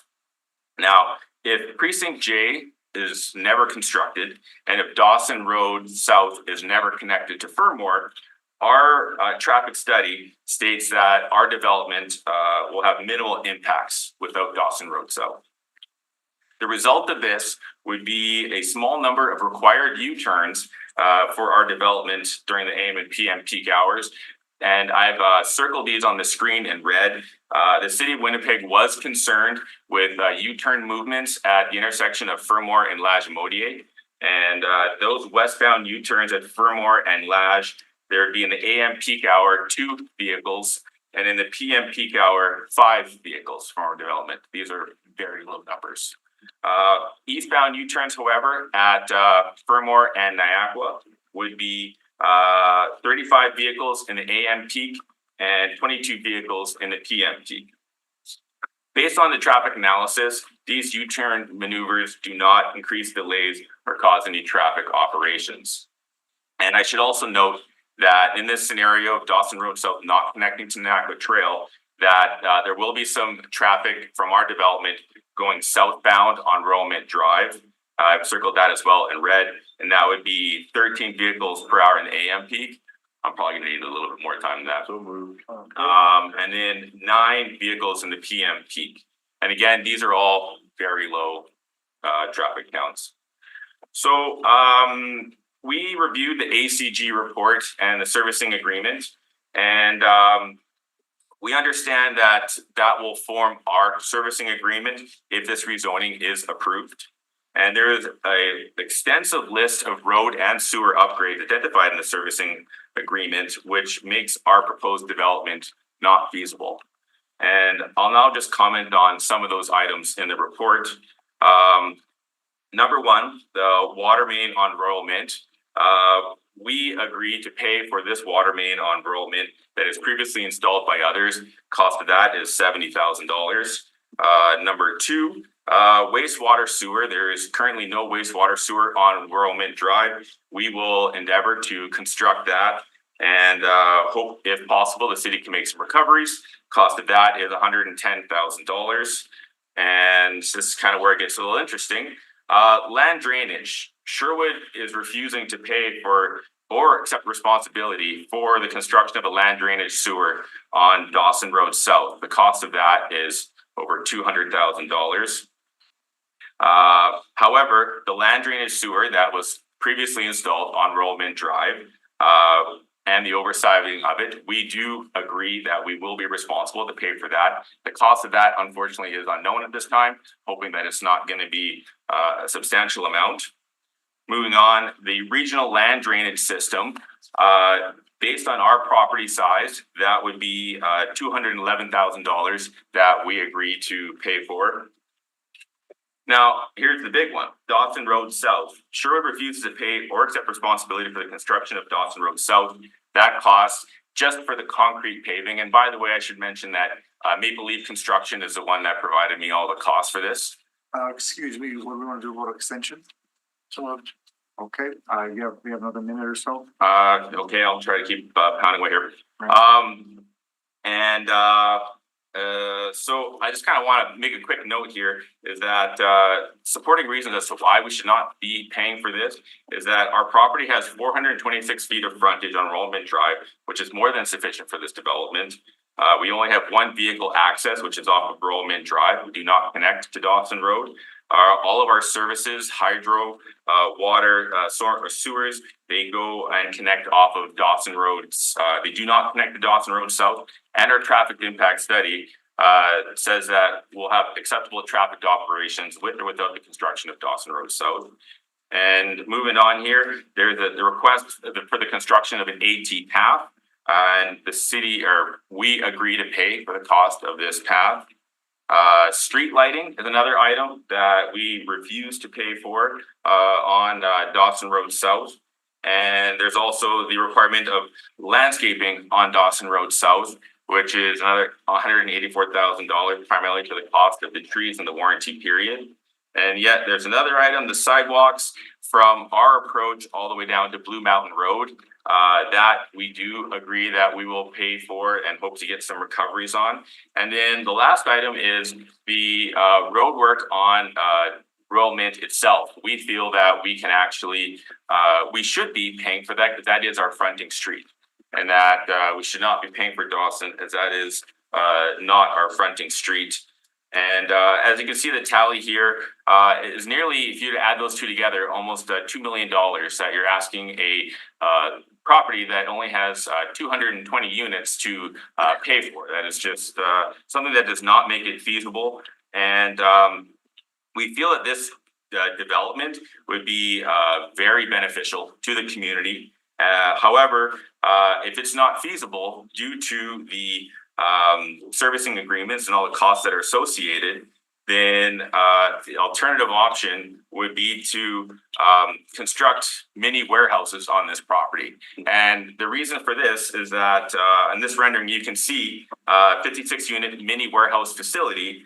And because that this is compatible with the C3 zoning, we would not need to rezone or subdivide the property. The city of Winnipeg could not come back and ask us for any servicing agreements on here. So essentially, we don't pay for any more roads, sidewalks, lighting, landscaping, and we don't have to pay $2 million in servicing agreements, and we just go straight to building permit process without public consultation. Looking at Symington Yard in the background, it doesn't seem like it's that out of place either, if you ask me.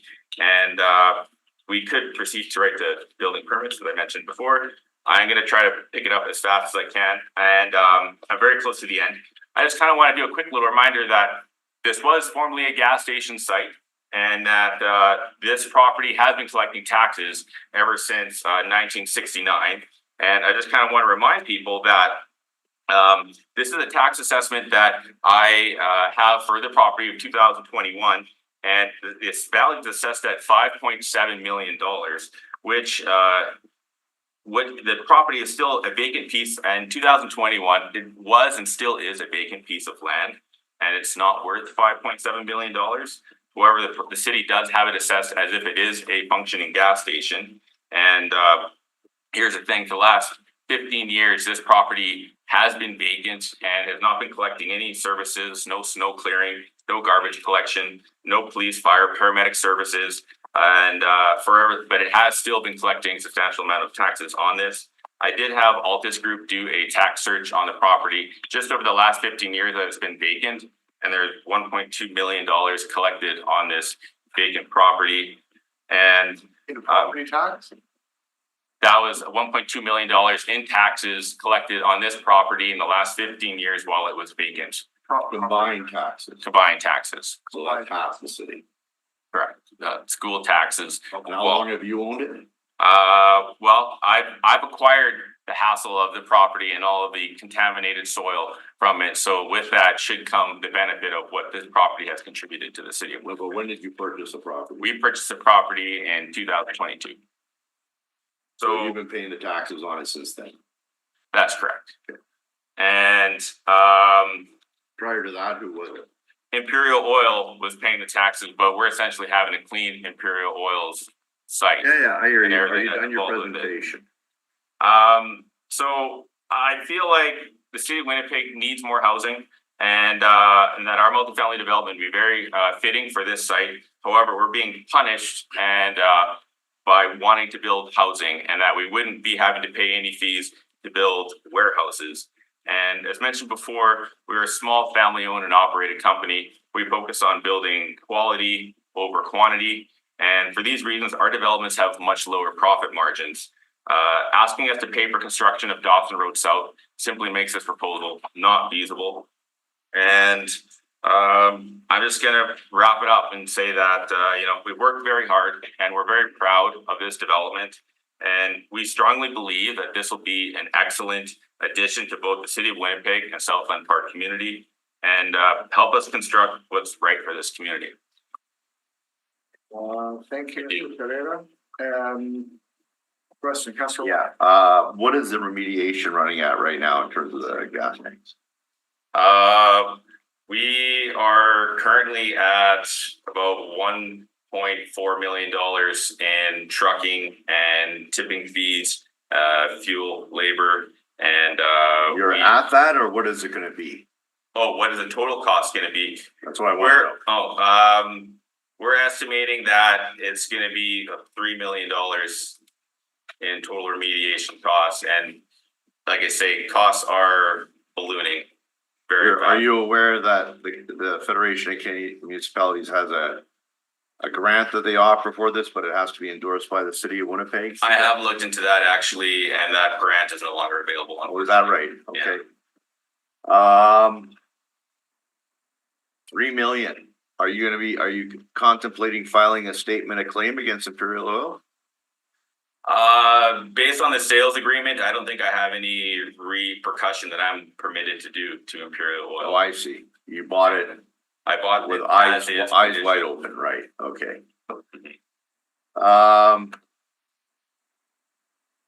So the Dawson Road situation interests me. So right now, go back to that screen where you had all the costs, please. Okay. I minimize this here.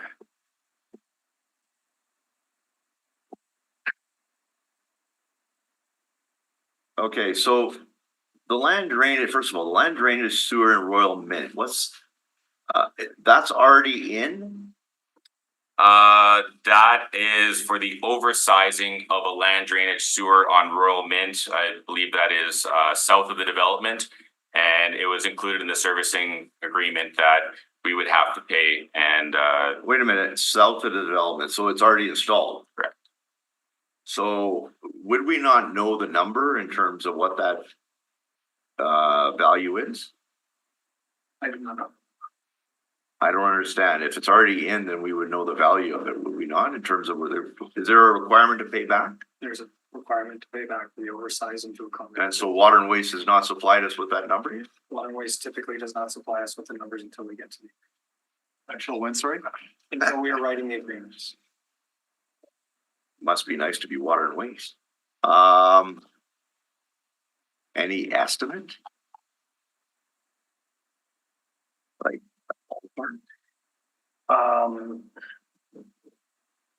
I can't, no. no, I Sorry. appreciate that. It And I, would also be based on the amount of area, so it would be dependent upon the servicing reports for the adjacent developments, whether or not they rely on the oversizing.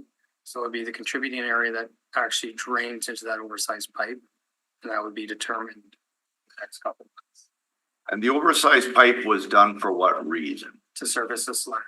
At request of the city to service this land when this original lake went in. To service this land only? No, Okay, what lands? it's not particularly clear, but it's to service the adjacent. What do you mean it's not particularly clear? We oversize a pipe. We should know what we're servicing. The lands, like Waterways could tell us that, I hope. I would hope they can dig up a 44-year-old report and find it.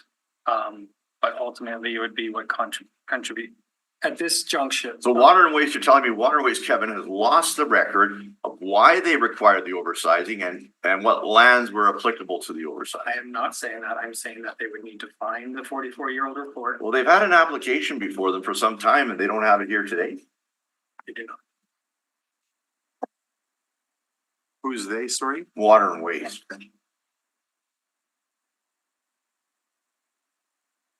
We need to know that information before we make any other decisions on all of the other fees here. Cause that could be how much, it could be 50,000, it could be The 100. entire oversizing cost was about $120,000 in $1980. $120 and $1980. But it would be divided by the contributing area, which would include A&S homes. Is my understanding, but I have not seen their servicing report. Oh, how can we go forward today without that information? All right, well, we're gonna lay that one aside. Because now I'm leaning towards laying this over and asking Water and Waste to be here to explain all of this so that we have a full picture of what the charges and fees. Not that I want to hold up your application, but it's hard to make decisions, as you can understand, on everything. I would suggest it's safe to assume that that would be one of the lower costs on that list. No, I realize that, but if we're looking at Dawson now, so Dawson, what's this debate about whether it's connecting into ANS or not? I don't understand. If you have iView open, you can see the road network as divided. So it creates a fairly, as soon as it. Can you go back to that drawing where you laid out, yeah, thank you. So it does connect. That's not the, It does a curve right here. Yeah, it sorry, connects. yes. So it connects to Blacksmith. And then that other section at Dawson would be just decommissioned. Who's removing all of that ANS, I guess? Yes. So it does, as it stands right now, the development that was approved is connected to ANS and in theory connected to the Qualico subdivision de facto. Correct. So why wouldn't we have a scenario, to be fair to all parties, to say 1/3, 1/3, 1/3 in Dawson was so? Again, I can't speak to that. That happened back in 2014, I believe it. No, but I mean going forward now. Because the agreement for ANS is currently executed, so I don't have the ability to amend it. But the agreement for Qualico is not. Agreement for Qualico is not. My understanding is ANS wants to do an amendment because the market is not there for the commercial, the market's there for the residential, so. In the near future. So there would be an opportunity on that 1/3 in theory There too. may be an opportunity. Yeah, okay. What was the other contention that you had in terms of the, can you go back to those fees? Yep. Yeah, I guess another concern I have with the notion of the property directly to the rest of us, which is this 10 Borough Mint, if they do not rezone or subdivide, again, the city of Winnipeg doesn't have any means to collect on either the construction of Borough Mint Drive or Dawson Road South. As again, that's only something that happens in a servicing agreement when you rezone or subdivide a property. But you heard what the public service said. Did you hear earlier when we were questioning them? That they're saying that you're not gonna be obligated on Royal Mint costs? So sorry, under water and waste bylaws, they can charge sewer connection and water connection. So when they do, they will collect for the water and wastewater sewer front of the property. So the underground, 100%, Wastewater and water. right? But not land drainage, but the land drainage cost is there too, though. They're agreeing to that. Roads or But sidewalks. the road is not being charged, is what you're saying. Again, it depends on how they move forward. Who moves forward? The adjacent. No, but in terms of this development, Yes, again, if you want to go back to the standard, we can charge the frontage for both the properties, but then we don't have a mechanism to actually construct Dawson Road South. No, we're talking about Royal Mint. So if you want to remove the construction obligation for Dawson Road South, Right. I would. The public service would support that with the addition of the Royal Mint obligation and the Dawson Road share obligation. Okay, well, I think something maybe for the public service to think about. Well, let me ask you this question. Would it be more reasonable if it came back to say you're responsible for 50% of the underground on Royal Mint, 50% of the payback on Royal Mint, and 1/3 on Dawson? Yes. Yes, that would definitely be a lot better. And we also would rather not be responsible for constructing it. Right, and Dawson. And Dawson, and our development could function as I demonstrated in some of the slides there, for the rest of time without Dawson in Right. place. So Because you're not connecting to Dawson. I have no vehicle connections to Dawson and we can operate without it, so we don't need it for the completion of our development. No, and in theory, it shouldn't generate any traffic out of your development because they're gonna be heading north. Either to get onto Furmore to head eastbound and make a U-turn probably at the future light of Niagara Trail, or they'll head south through Summerland to get out to Lajemoulier. If I was responsible for constructing Dawson Road South, it would then just connect to that existing gravel road right now, and it would Right. still lead you nowhere. Right. So it's It kind of doesn't make useless any for us sense. to It do makes it more at sense the to time, tie in with the ANS and the Qualico. at the time of those Right. constructions. Okay. All right. Was there anything else that you wanted to add in terms of this, the charges? Do you have any issue with the AT path? We acknowledge that our residents would likely use this AT path. Right. And also just to show the willingness that we're not trying to say, no, we're not paying for anything. We do want to contribute to the community. So that is something that we would be willing to furnish the cost on. Okay. Do we have any more delegations on this matter? We didn't have anyone else registered in support, no one registered in opposition. We do have someone registered for information and we do have some folks in the gallery, so should provide them with the opportunity as well. So I'd like to move to the next delegation, then you always have the opportunity to come back. Well, I do have a couple. Unless there's other questions. Sorry, Mr. Sure, not a problem. Mr. Chisholm, you have a comment? I just wanted to mention, you would discuss the zoning agreement, the plan approval component of it. Whether or not to go by substantial performance or not. This might be the opportunity to speak with. Yeah, we did. Thank you for reminding me, Dylan. Thank you. You heard my Q&A earlier about the plan approval. Do you have any issue with this matter coming back here for plan approval? Because unfortunately, we don't have the color renderings in front of us, and I like to see them in print. And I realize that that's an extra time on your schedule to come here. However, it would be done concurrently, in terms of getting your executed. I would be agreeable with that and likely dependent on the result of this hearing. It appears that there's going to be some costs that we're going to have to pay for, and that would potentially give us an opportunity to make any other changes based on the results of this meeting. And we do acknowledge the fact that there's going to be a lot of time with regards to the servicing agreement. So I'm okay with plan approval. Yeah, my understanding also is that Qualico's application is coming to our next meeting. Oh, okay. No, I didn't know. Yeah. So the timing is actually good in terms of dealing with these obligations that way. So, okay, I don't have any other questions. Thank you, Mr. Ferreira. You bothered to mention in the presentation, rather substantial presentation, almost 5 minutes, just, it seemed to me, on the issue of environmental remediation, soil, and the issue of the water when it rains in there. Thank you for that explanation. Not too often this happens. I mean, it's an interplay between provincial and municipal regulations. The provincial being the environmental being primarily provincial. Yeah, it is with the province, Manitoba climate. Yeah, fair enough. So I mean, these things happen. I've been witnessed. I don't always see someone bite the bullet, as you have in this case, because you've gone and done it. So, and you had some, those are real photos, right?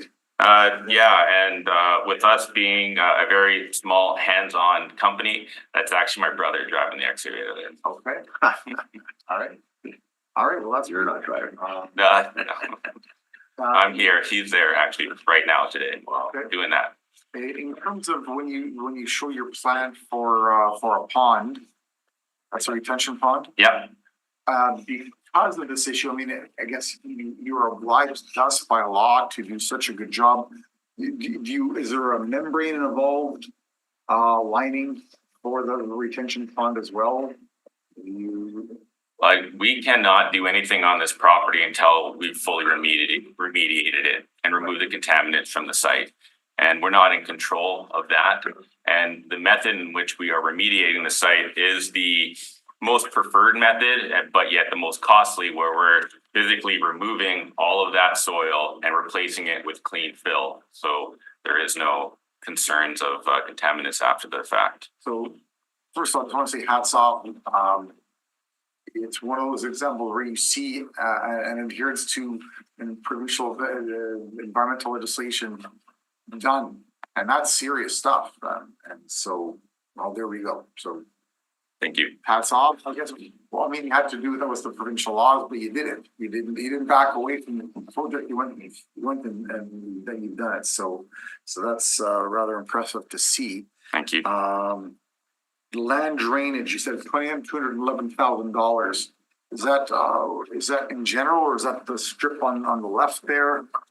My understanding has got nothing actually to do with the property. It's just the regional system within the city of Winnipeg, and we pay not by our density or number of units. We pay solely on our property size. Okay. So again, we're kind of penalized for doing a low density development that has 50% green space. Doesn't matter, we still pay. You mentioned lots of green space. Fair enough. Now this is not necessarily for you to answer, perhaps for the administration or one of my fellow councilors might know. Because of lots of green space, and therefore there could have been a larger contribution to the Land Dedication Reserve Fund where there's not so much green space. Is there anyone that could answer that question? If there's less green space, we would have received more LDR. So this is private green space. Okay. And it's not giving credit to the. So the land it's independent of the equation for Land Dedication Reserve funding. Okay, fair enough.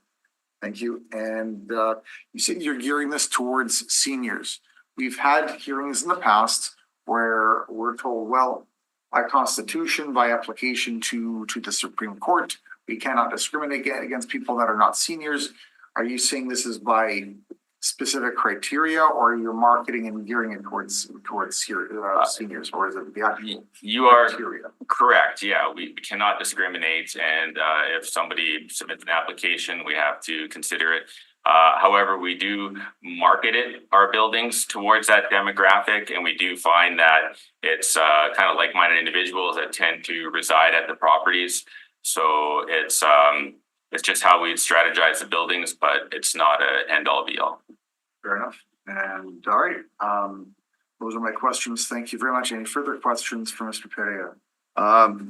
What? The LDR, do we know what the number is yet?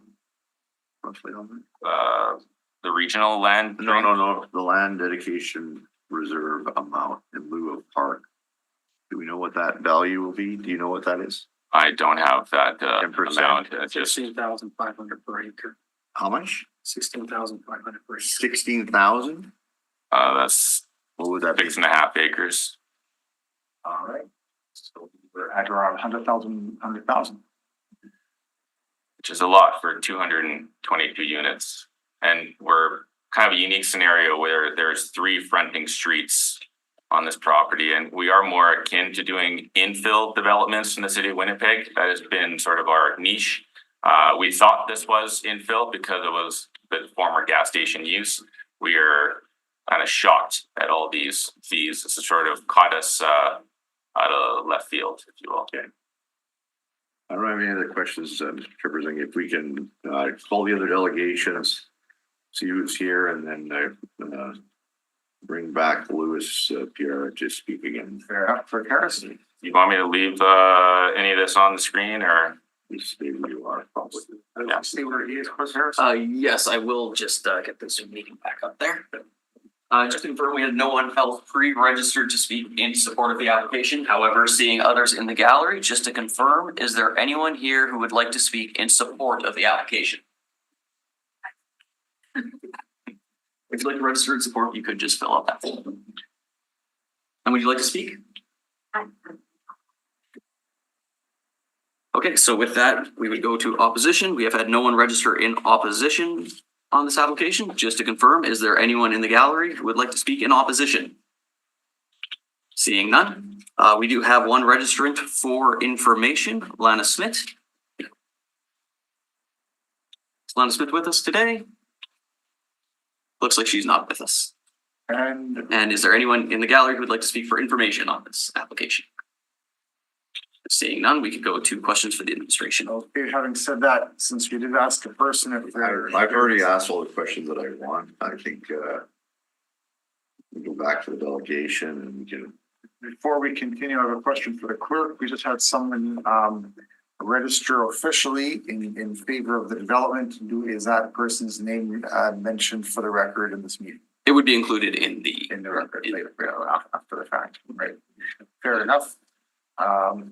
Having said that, Councillor Wyatt, your preference at this point is Go back to the delegation. all right. Any further questions for the administration? Seeing none, fair enough, Councillor Wyatt, and we are back to Mr. Pereira. So this is your opportunity to speak into rebuttal. Rebuttal to comments made, you'll have up to 10 minutes. No, it's comments you may have heard who already spoke, so there's really. I'm not used to You this. can't bring up any new information. No new Yeah, information. So, that's a new one for me. While you're here, so just, this is what I'm going to put on the record. I'm gonna lay the matter over. Ask for Water and Waste to come, so we can find out what's going on with that oversized pipe servicing, going through Southland Park, and the lands that it was oversized for. So the motion that I potentially would be making next month, and I just want to put it on the record to be, I guess, for the administration to give us some thought, is that Royal Mint Drive, that the developer be 50% responsible for the underground and the road. Okay, instead of not. That Dawson Road South and all the improvements being requested be a 1/3 split between Sherwood, Qualico, and A&S. That the LDR, in light of the unprecedented environmental remediation on the site for the soil, be granted back for them to assist them with that. And that's something I'd like my colleagues on community committee to consider as well. And that the said pipe built in Southland Park for servicing this land, the storm sewer pipe. I believe it's a storm sewer, right?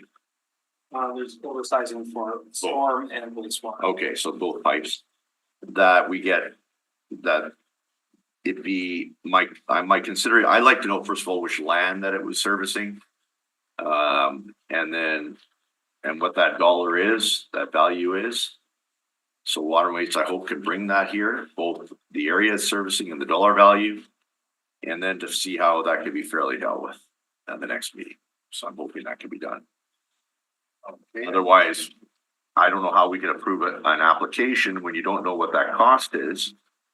It could be a number that could just completely affect your entire ability, even with the set amendments I'm suggesting that you said you were in support of, right? So I would like to move, yes. We would also need somebody to construct the obligation. Yeah, motion. No, but. Yeah, Sorry, talking this is about, for future consideration. no, it's a good point.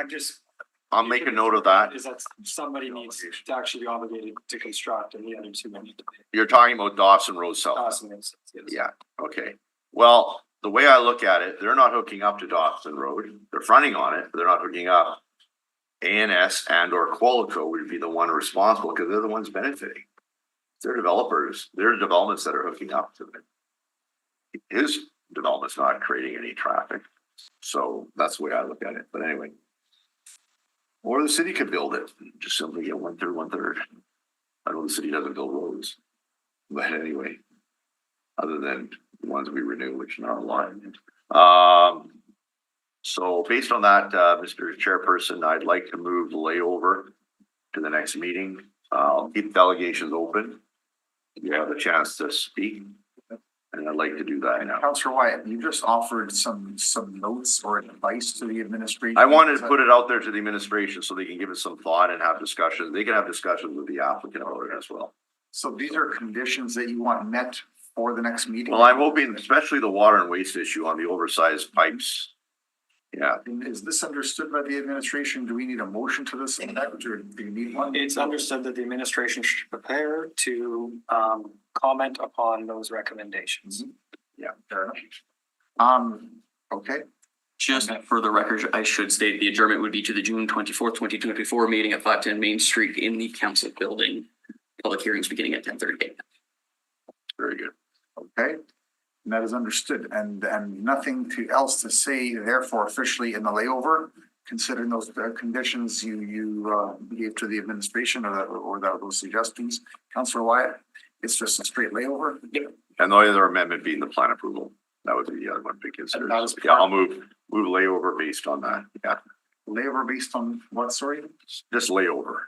So adjournment to the June 24th meeting, but Yeah. noting, German to the personally noting here. Yeah. Okay. Right on. All right. This is understood by the clerk? Understood. All right, that is the motion. Those in favor? Aye. Motion carries. Thank you, Mr. Pereira. And do we have to go through the whole thing with item number 2? We do not, it was a combined hearing. Oh, very good. Thank Is you. a will to adjourn that to the June 24th, 2024 Correct. meeting at 510 Main Street. Correct, the variance as well, yeah. Okay. And my understanding is there's a governance meeting that some wish to attend. And I'll move, could I move adjournment of our public hearing to allow for that and then? I don't know when is it over? 1:30? Just for recess.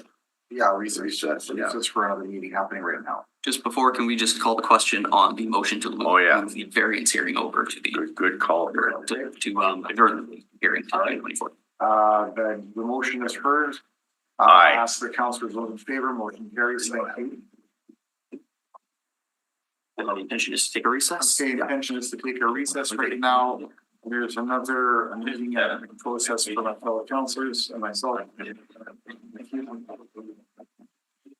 1:30. Till 1:30, okay. Welcome back to the hearing portion of this regularly scheduled meeting of the East Kelowna Transcona Community Committee this Monday, June 28th, 2020, May 28th, 2024. We're in the hearing section. At this point, Clerk Harris, hoping if we can, do we need to suspend the rules in order to hear now, at this point, the hearing item 4. And that is because Councillor Wyatt is recusing himself in this, but it happens to be that Councillor Brawadi has further city business in what is a rather busy day. And we need to get through this in order to maintain quorum for this issue. So if it's the will of the committee, yeah, we can certainly hear it. All right, do we need that is the will as I interpret it, do we need a vote? We're good. Councilor Brawadi? Sure. All right. So I see consensus that we suspend the rules to hear item number 4 at this time. Item 4 is a variance at 250 Pegwa Street under file DAV 163-628/2023D. The process the committee will follow is the applicant will be heard first, followed by those in support of the application, those registered in opposition, and those registered for information. The applicant may return to speak in rebuttal to comments made, however, no new information is permitted. All participants have been muted and will only be permitted to speak when called upon.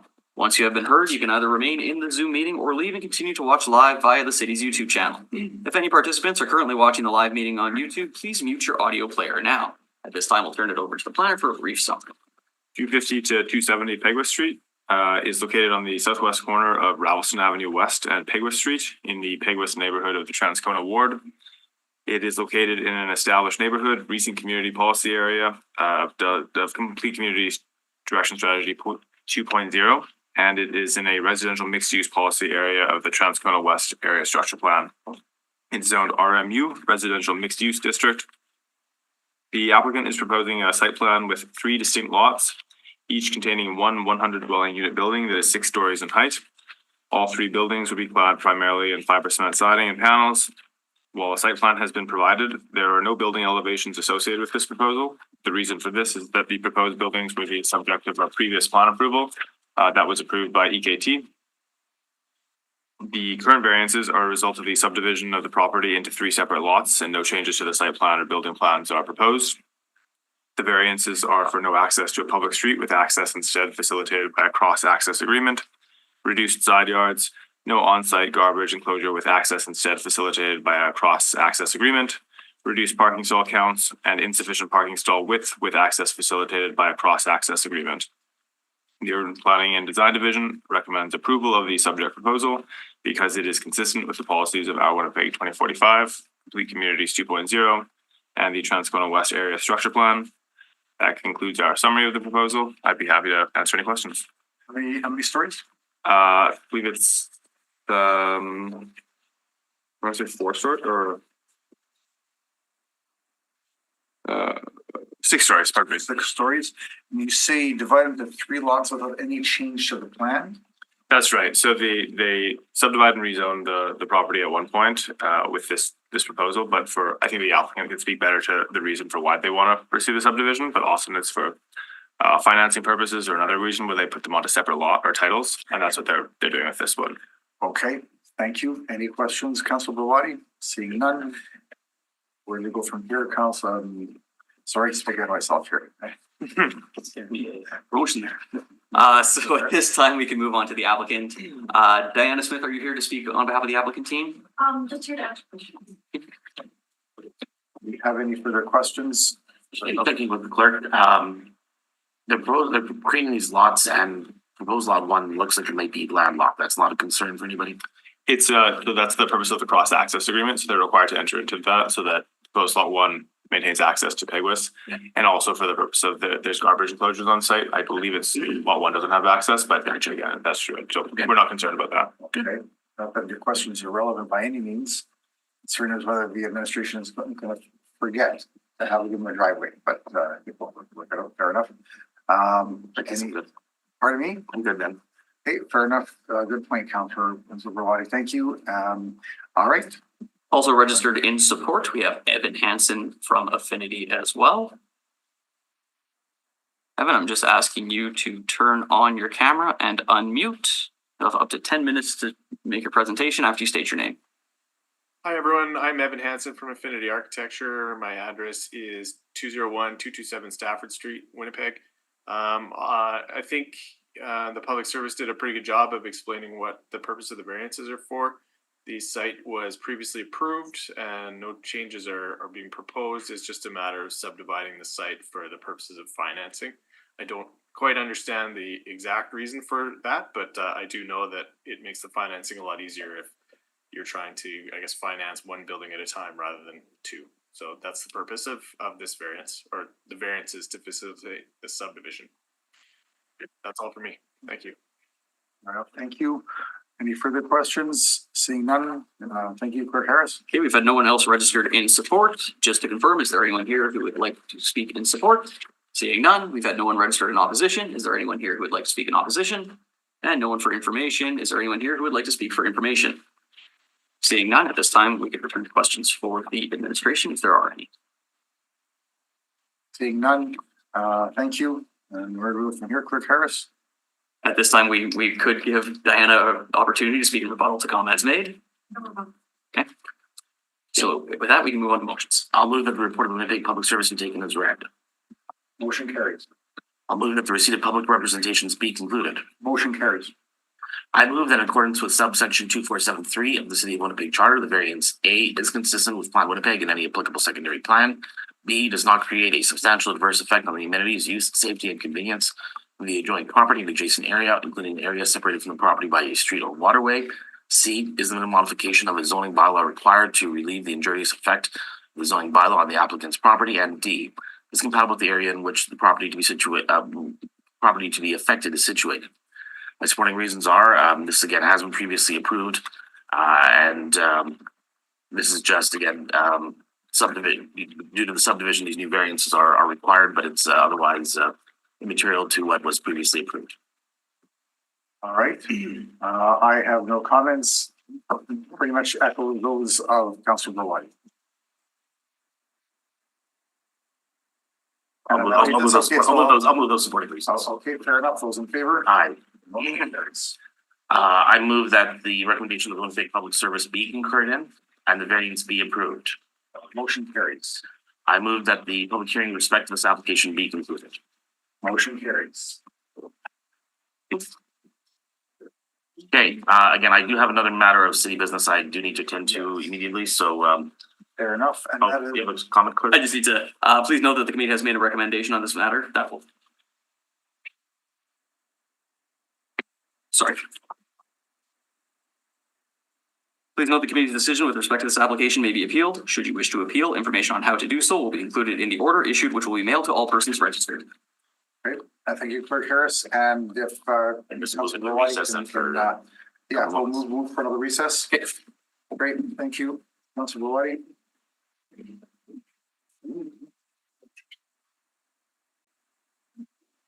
And welcome back yet again to this regularly scheduled meeting of the East Golden Transcona Community Committee this Monday, May 28th, 2024.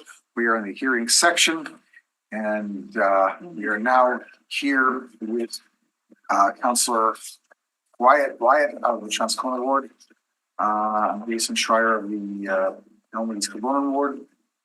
And what item are we on now, Clerk Harris? Item 3 is a subdivision and rezoning at north of Devonshire Drive West, east of Peguis Street, west of Edward Schreier Parkway right-of-way under file DAS said 18/2024. The process the committee will follow is the applicant will be heard first, followed by those in support of the application, those registered in opposition, and those registered for information. The applicant may return to speak in rebuttal to comments made, however, no new information is permitted. All participants have been muted and will only be permitted to speak when called upon. Once you have been heard, you can either remain in the Zoom meeting or leave and continue to watch live via the city's YouTube channel. If any participants are currently watching the live meeting on YouTube, please mute your audio player now. Turn it over to the planner for a brief summary. The properties include 5 separate blocks that are located east of Peguis Street, west of the Edward Schreier Parkway right-of-way, north of Devonshire Drive West, and south of the railroad line. 2 blocks, one R1S and one is R2, are located along the north and west sides of Private Davy Drive. And the remaining 3 blocks, 2 which are R2 and 1 which is R1S, are located along the north, east, and south sides of Private Davy Drive. The properties are in the Peguis neighborhood of the Transcona Ward. They are in an established neighborhood, recent community policy area, as designated in Complete Communities 2.0, and in both the proposed medium density residential and the proposed low density residential policy areas of the Transcona West Area Structure Plan. The subject property is currently zoned R1M, residential single family medium. The applicant has proposed rezoning the subject properties to a combination of R1 and R2 for the development of single family dwellings and 2 family dwellings. The R1S residential single family small lots located along the south and west portion of Private Davy Drive, and the R1S residential single family small lots located along the south portion of Bill Briarcliff Drive will have access to a rear lane. The remaining R2 lots will not take access from a rear lane. All lots would be a minimum of 25 feet in width, with the 2 family dwellings located across 2 lots, and there are no variances required for the proposal. The Public Service is recommending approval of the subject proposal because it is consistent with the policies of our Winnipeg 2045, Complete Communities 2.0, and the Transcona West Area Structure Plan. That concludes my summary of the proposal. I'd be happy to answer any questions. That's the Transcona West Structure Plan? Transcona West Area Structure Plan. That's right. It's a secondary plan for the area. Secondary plan. How come it's referred to as a structure plan, not a secondary plan? I don't know what the convention was in terms of naming it when it came in the earlier 2000s, but it functions as a statutory secondary plan. It was approved by council in 2008. 2008, and Councillor White is witness to that. All right, fair enough. Councillor White, any questions? Nope. Okay. So with that, we can move on to the applicant, Mark Brown. You'll have up to 10 minutes to make your presentation after you state your name. Sounds good, thank you.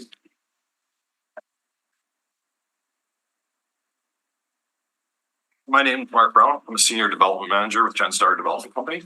I'm here to make representation on application DAS said 18 of 2024 I think the planner did a great job of summarizing the intent and basics of the application. Essentially, we're taking existing R1M blocks and subdividing and rezoning them to R2 and R1S to establish and create 88 two-family lots and 39 residential single-family small lots.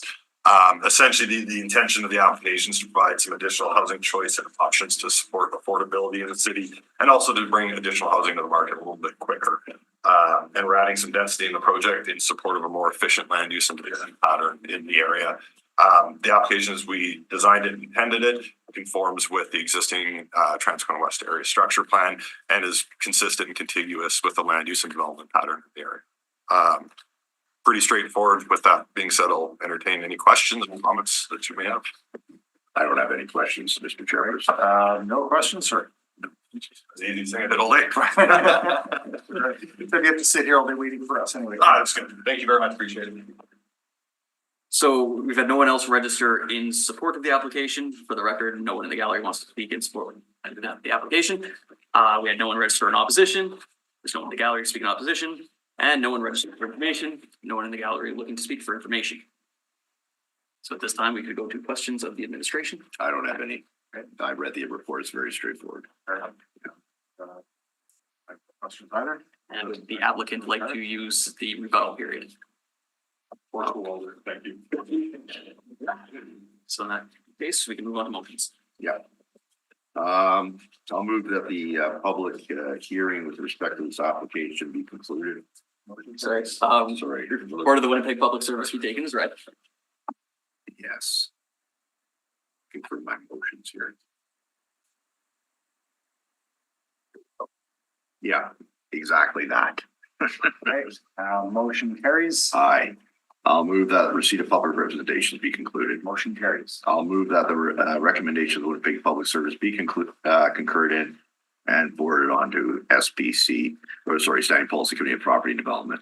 If there's no amendments, it can go. Oh, to by EPC EPC, via priority. there's no amendments. So the priority rezoning process, yes. Sorry, what's the path here? Direct to Executive Policy Committee via the priority rezoning process because there have been no amendments and no one in opposition. If there were someone in opposition, were therefore just for one person officially in opposition? Then it would go to Standing Policy Committee instead. All right, thank you. The motion is heard and motion carries. And I'll move that the public hearing with respect to this, Supporting reasons. is consistent with the secondary. And I echo Councillor Wyatt's reasoning. Yeah, and I'll move that the public hearing with respect to this. Do we move those? We move those. Supporting reasons are moved. And carried. Aye. And I'll move the public hearing with respect to this application be concluded. Motion carries. Aye. Please note the committee has made a recommendation on this matter that will now proceed to council. No further representations are permitted and all persons registered for the public hearing will receive notice when the matter is to be considered by council.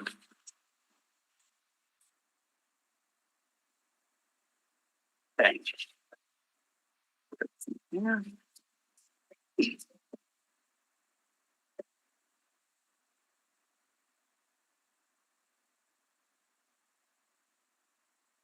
Item 5 and 6 will hear concurrently. Correct. So item 5 is a subdivision and rezoning at 453 Grassy Boulevard under file DAS at 21/2023D.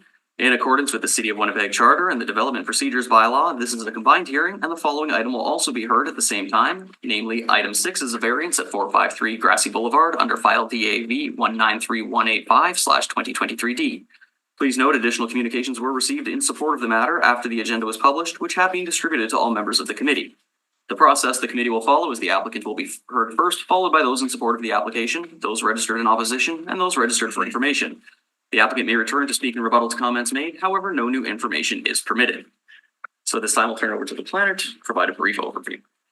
453 Grassy Boulevard is located on the north side of Grassy Boulevard, just east of Scarborough Crescent in the Grassy neighborhood of the Transcona ward. The subject property is located in an established neighborhood, recent community policy area as designated in Complete Communities 2.0.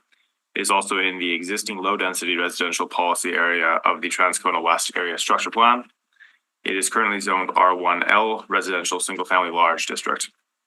The applicant has proposed subdividing and rezoning the property to the R2 residential 2-family district. for the purpose of 4 lots to allow the construction of two-family dwellings, with each dwelling unit being contained on a separate lot. The 2 westerly lots would be 26 feet wide, and the 2 easterly lots would be 25 feet wide. All lots would be 134.5 feet deep. Access to each building would be facilitated by a shared driveway from Grassy Boulevard with a turnaround portion in the front yard abutting the building. No reductions to the required parking are being sought. The proposal requires variances for reduced lot areas and reduced lot widths as a result of the special boundary conditions, and these are supported by the public service.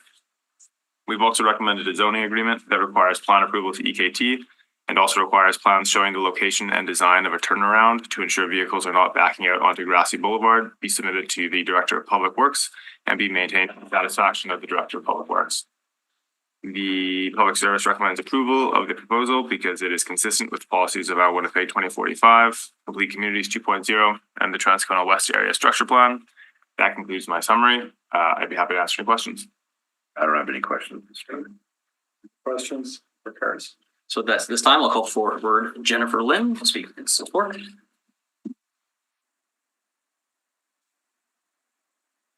Just get presentations set up.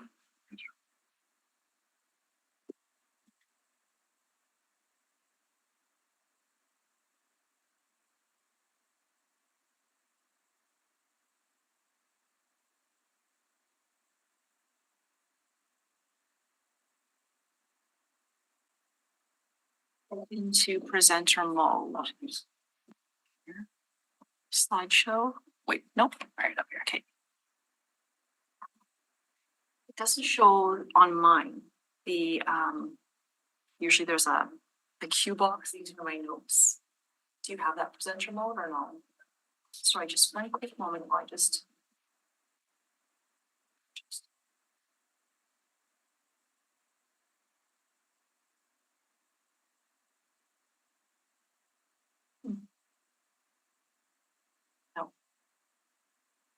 So I will, if you don't mind, get you to go back to where you were, and then I'll just pull this up. So thank you so much. Sorry about that. Oh, it's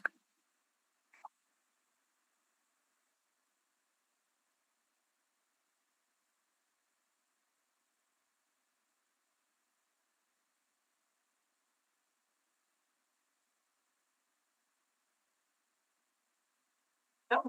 Okay, so my name is Jennifer Lim. From Barnes and Duncan, number 6 Donald Street in Winnipeg. So I prepared a brief presentation. I just want to say thank you first off to Council and Administration for the opportunity to speak in support of this application. I'll be presenting in support of the owners of 453 Grassy Boulevard for the rezoning, subdivision, and variances. First, a little bit about the builder. Harrington Property Developments is led by Carla Devlin. She's the president and has been in the home building industry for over 17 years. Harrington Property Developments is a community-focused company, adopting a long-term view of their work and reputation. These developments bring value to neighborhoods and are a matter of pride for this local business. Briefly about the planner. That's me. So Barnes and Duncan has been contracted by Carrington Property Developments to prepare the required survey documents and make representation on their behalf today. I am the Director of Planning within the company and a registered professional planner, and I hope to be able to answer any questions Council may have on the application. Briefly, I'd like to talk about the current development on the lot, which has a roughly 1,100 square foot, 3-level split single family dwelling and a double detached garage on the lot. The lot itself is just over 13,000 square feet in assessed site area, has roughly 30.48 meter of frontage on the north side of Grassy Boulevard. I did prepare a little animation, and I'm wondering if it'll work. There we go. It is actually going to work. All right. So the Google Street View animation that has the property marked with the red pin drop there, it's located in the Transcona ward in an area experiencing active infill development. If I take the little Street View person on the animation, I'm going to grab that and drop it 2 properties over towards the east on Grassy Boulevard. And when we go down there, we're gonna be heading westward. So I'm just gonna pan around the area. You can see that there's some existing single-family dwellings in the area. And as we head towards the west on Grassy, the property in question is just being highlighted here on the screen. You can see a trampoline in the front yard and, some vegetation towards the front. And that's the house in behind that's of question. And then going a little bit further towards the west, I apologize, I think I said east earlier, going towards the west, you can see infill duplex development that is on the north side of Grassy. Much of the immediate surrounding development is still the existing single-family dwelling, but the duplex infill lots have happened. I believe it was in and around 2012, 2013 that those were brought into the area. So just going to the next slide here. If we go to the City of Winnipeg's property and development map, I wonder if it'll just play by itself here. Oh, there it is. See it. All right, when we go to the city's online property mapping system, we first can locate the property. We can then turn on the zoning layers once it pops up there and see the immediate zoning of the area. So lots to the east are zoned for the multifamily small lots, and lots to the west are the multifamily small lots. Lots to the east are the single family large lot. There's also a lot of remnant rural residential zoning that is in the area. And when I turn on the air photos, something that's available through the system is different year views that you can go into. So we can go back in time to 2018, 2016, and 2014. When we get to 2014, we can see that some of the two-family dwellings were under construction, and prior to that, they weren't even there. Going back even further to 2009 and 2005, it shows the lots were vacant prior to the two-family development that currently exists that we can see on the mapping today. Right, so next slide here is one more little animation that I have. Just got to hit play there. Good. So if we do search the decision-making information system for the lots to the keep getting mixed up, the west of the subject property is it playing now? There we go. Oh, there we go. In 2012 and 2013, there were public hearings on the ZAA for the lots, then known as 433 and 437 Grassy Boulevard, and this would have been considered during Councillor White's third term in office. So go to the next slide.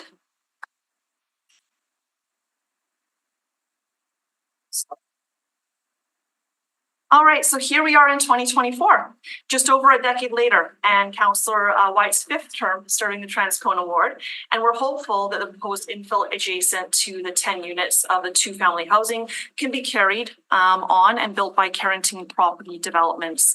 On the 30.48 meter wide lot, Carrington wishes to subdivide 4 lots and then rezone the subject properties for the two-family dwellings.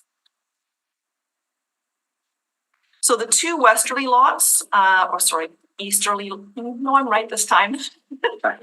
Oh goodness, the 2 westerly lots will be the 26-foot wide ones, and the 2 easterly lots will be the 25-foot wide ones. All lots would be 134.5 feet deep.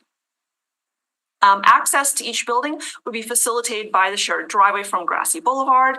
And as noted, what's unique about this access point is that it has been designed thoughtfully to have a turnaround point in the front yard abutting the building. So this will give the owners the opportunity to drive onto the lot, do a turnaround on the lot, and then drive out onto Grassy Boulevard, which is unique and different from the adjacent two-family development to the west. Oh, I think I may have just skipped one of my slides. I apologize. There we go. So each building includes the attached garage oriented towards Grassy Boulevard. The scale and massing of each two-family development is in keeping with the adjacent development towards the west. Each building is clad in a combination of acrylic stucco and horizontal and vertical siding. The main floor plan consists of an attached garage, a powder room. I'm not too sure if you can see, is my cursor showing there? Yes, it is. So the attached garage, there's a powder room with the front entry closets, There's a front entry main here with the stairs going downstairs and upstairs, and then it has the kitchen, living room and dining room. The second floor level has the master bedroom with its own ensuite bath and walk-in closet, 2 bedrooms. Each of them have large oversized or walk-in closets.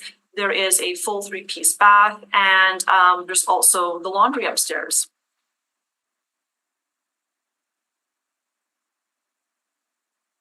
All right, so sometimes the drawings don't really show the picture of what's going to happen. So I'm just going to quickly show you here what Carrington can do for infill sales in Winnipeg. So if we scroll the company's webpage, we'll see 6 examples of the infill showcased, including another Transcona property on Parade Drive, North Kildonan property on Sheridan, and Fortier, and the Nottingham rentals in Elmwood, East Kildonan area.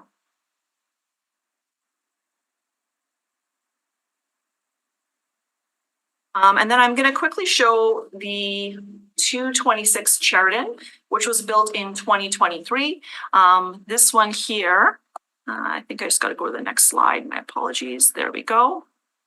Yes, so this is the 226 Sheridan property, which was built in 2023. It is a thoughtfully designed 3-bedroom, 2.5 bath residence situated in the peaceful, mature neighborhood of North Kildonan community. Is close to amenities, shopping and dining with convenient access to public transportation. Carrington Property Developments use only the highest quality materials and craftsmanship to create stunning homes that are built to last.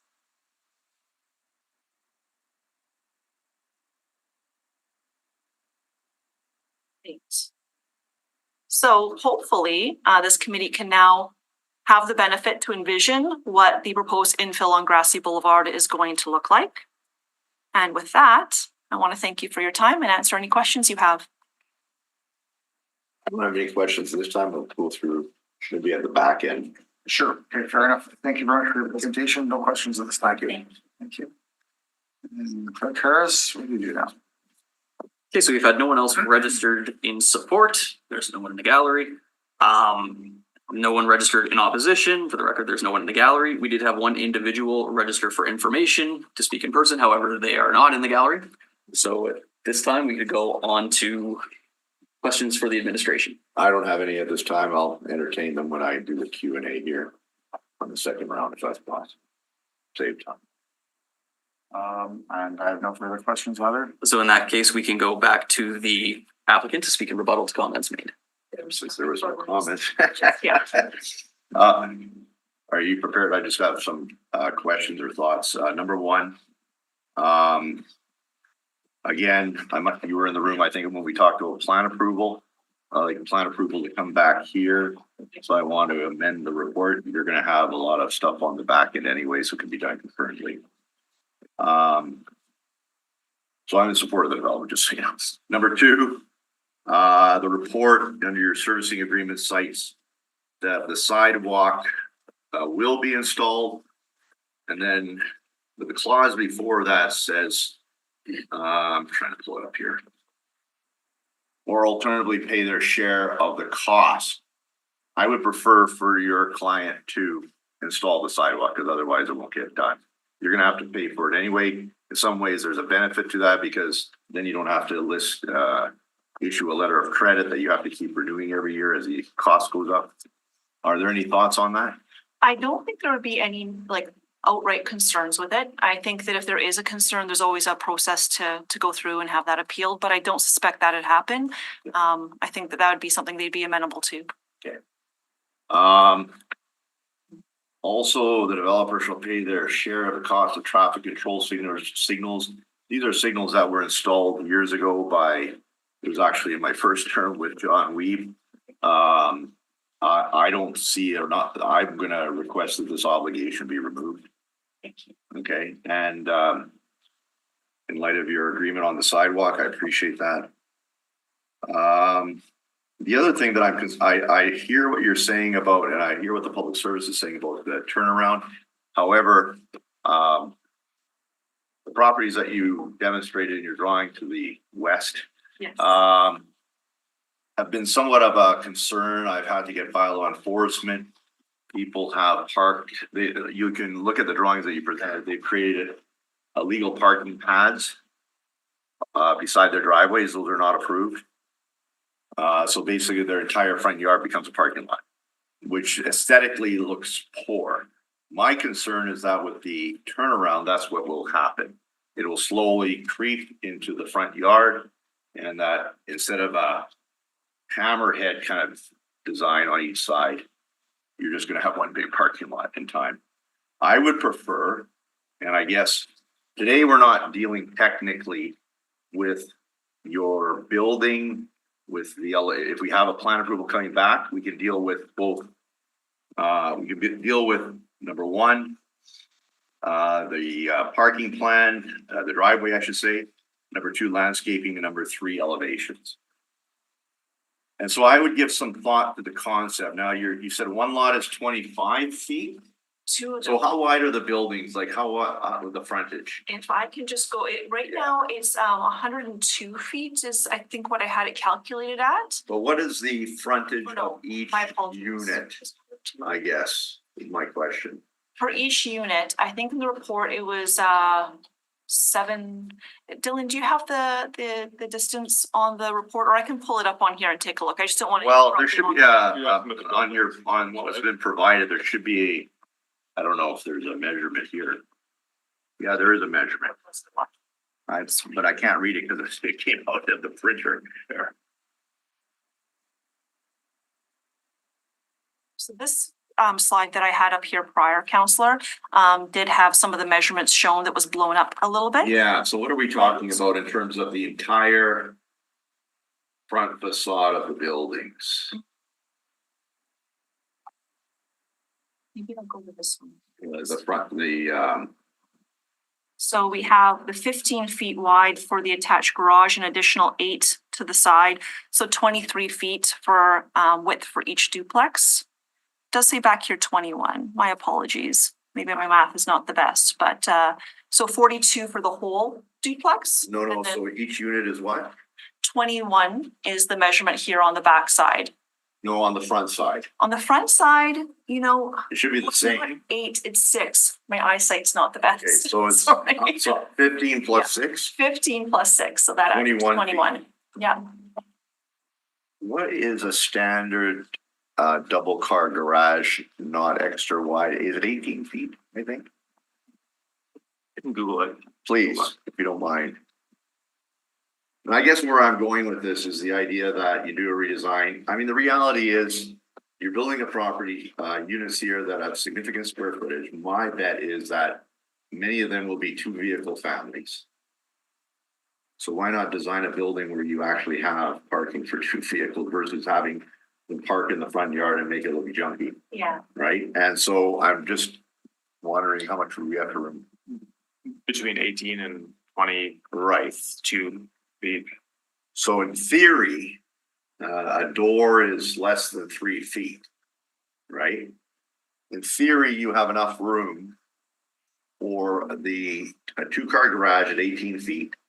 That gives you a balance of 3 feet to work with. Tight, but doable.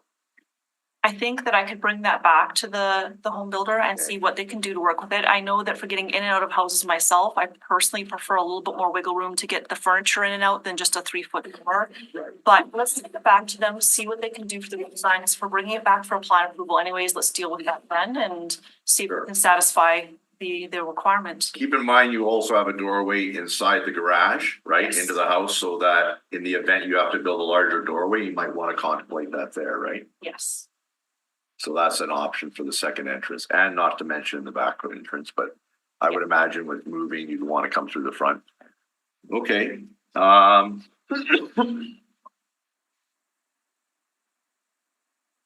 that's all I have really. Did the public service have any comments on any of my comments or any thoughts? Sorry. You are proposing to remove the grassy improvement area charges? I'm proposing that this clause,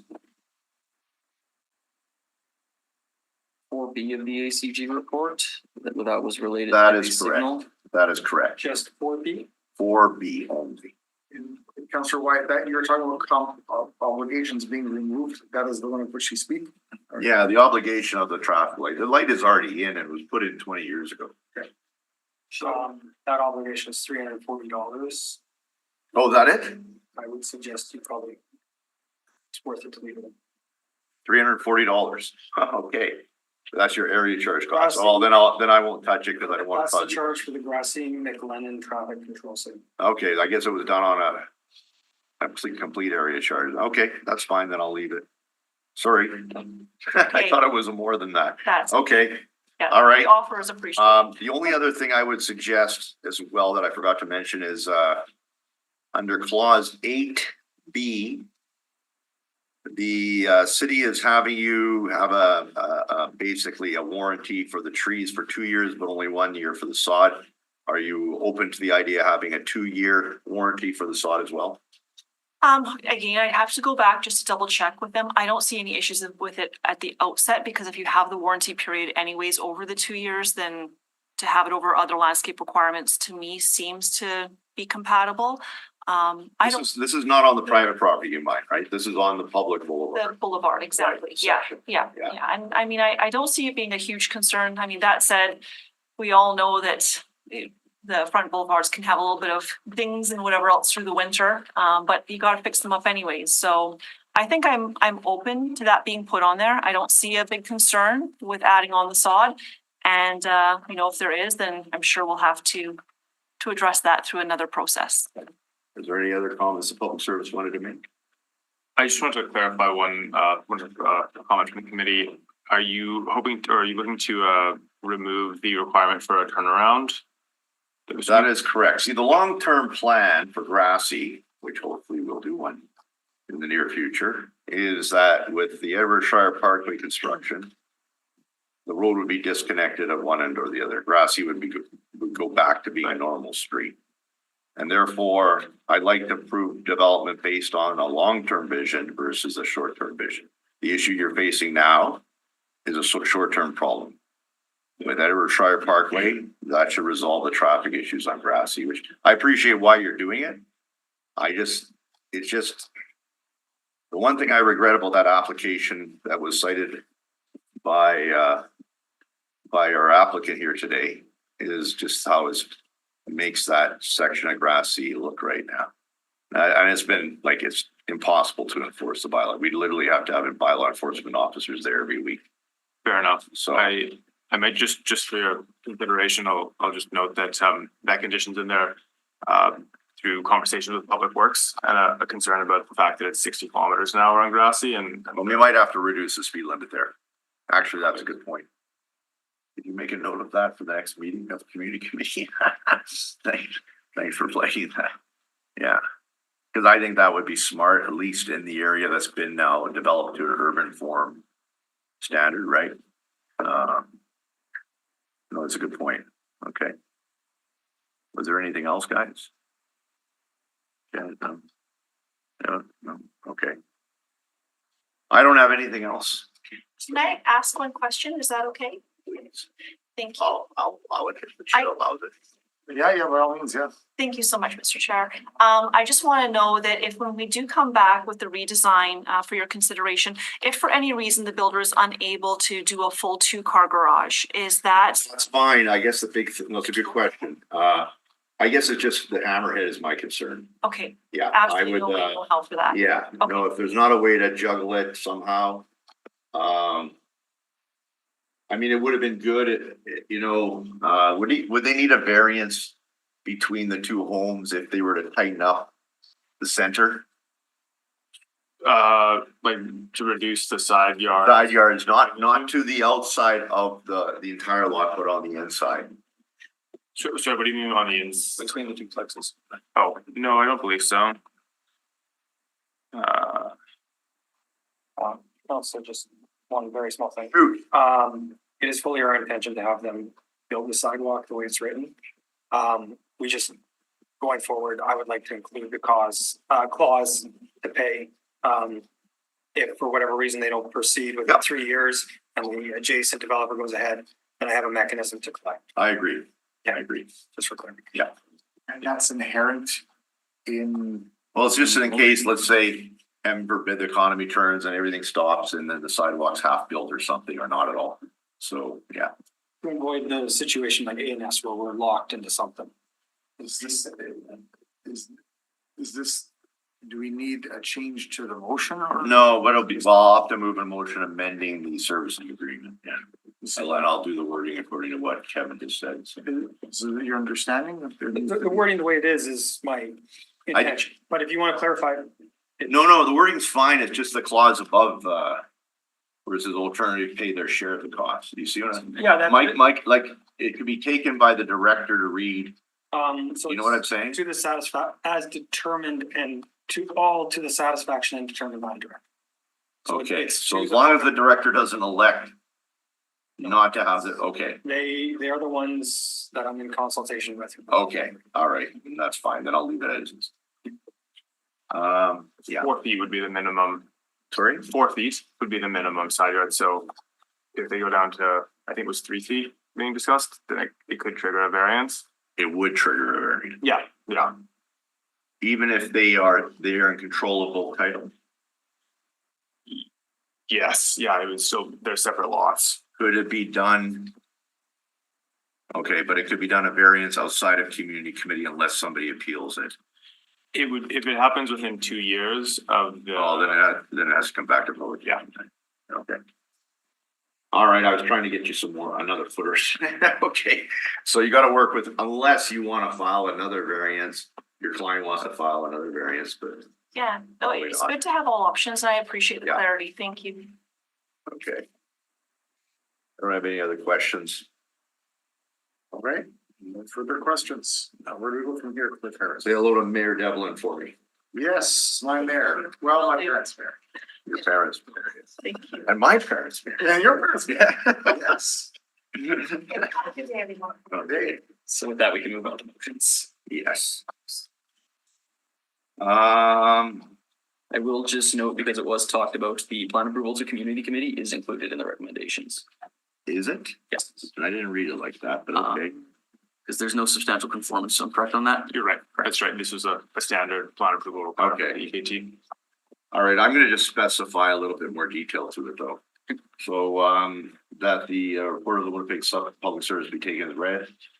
Harris, I'll move that I'll move that receipt of public representation be concluded. motion carries. I'll move that the recommendation of the Winnipeg Public Service be concurred in Motion with the carries. following changes. That the plan approvals, other than what is what is required of the plan approval, that it also addresses the need to remove the parking hammerhead of each unit, of each lot. That it addresses therefore a new driveway design. Just to confirm, is this referring to the turnaround? Yeah, Okay, that's a separate. no, that's could be done through plan approval. Oh, no, I'm referring, it's actually a separate recommendation, so there's an initial one to have the plan approval come to EKT. That's No, number then we'll have to amend that other two recommendation. AI, and then two A II is the owner must submit plans showing the location and design of a turnaround to ensure vehicles are not backing out. So that should be deleted. Okay, so that's delete that. Two AII. Yeah. And that it also, the plan approval would also include a landscaping plan that would have a raised front yard in relation to the driveway. You know what I'm getting at by that? The cars can't. Right, so like a curb. What? So that a vehicle can't go onto the landscaping in the front yard to keep it from turning into a parking area. And so The neighbors to the west. we can definitely put together a condition for that in the zoning agreement. Okay, The plan approval currently requires that they show any private approaches, any landscaping, et cetera. So the other option would just be to keep that as is. And no, I want to specifically say this, so it's clearly understood, this is the expectation. Okay. And then also, new color elevations again. Okay. We're kind of at the same colors as well. So, you know, and new elevations in general in the event that they can accommodate a double car garage on each site. So just to be clear, new elevations in color. In color to the community committee with the plan approval.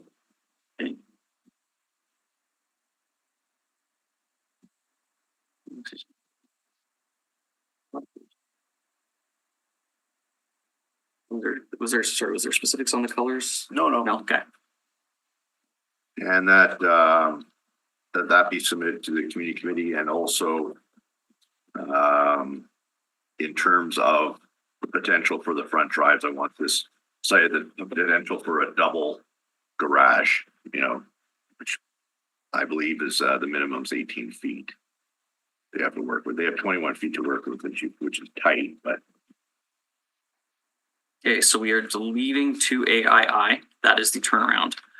For 2AI, which is the plan approval to community committee, we want to specify that that should also include a landscaping plan to include a raised front yard in relation to the driveway, a double garage, new elevations in color to the community committee.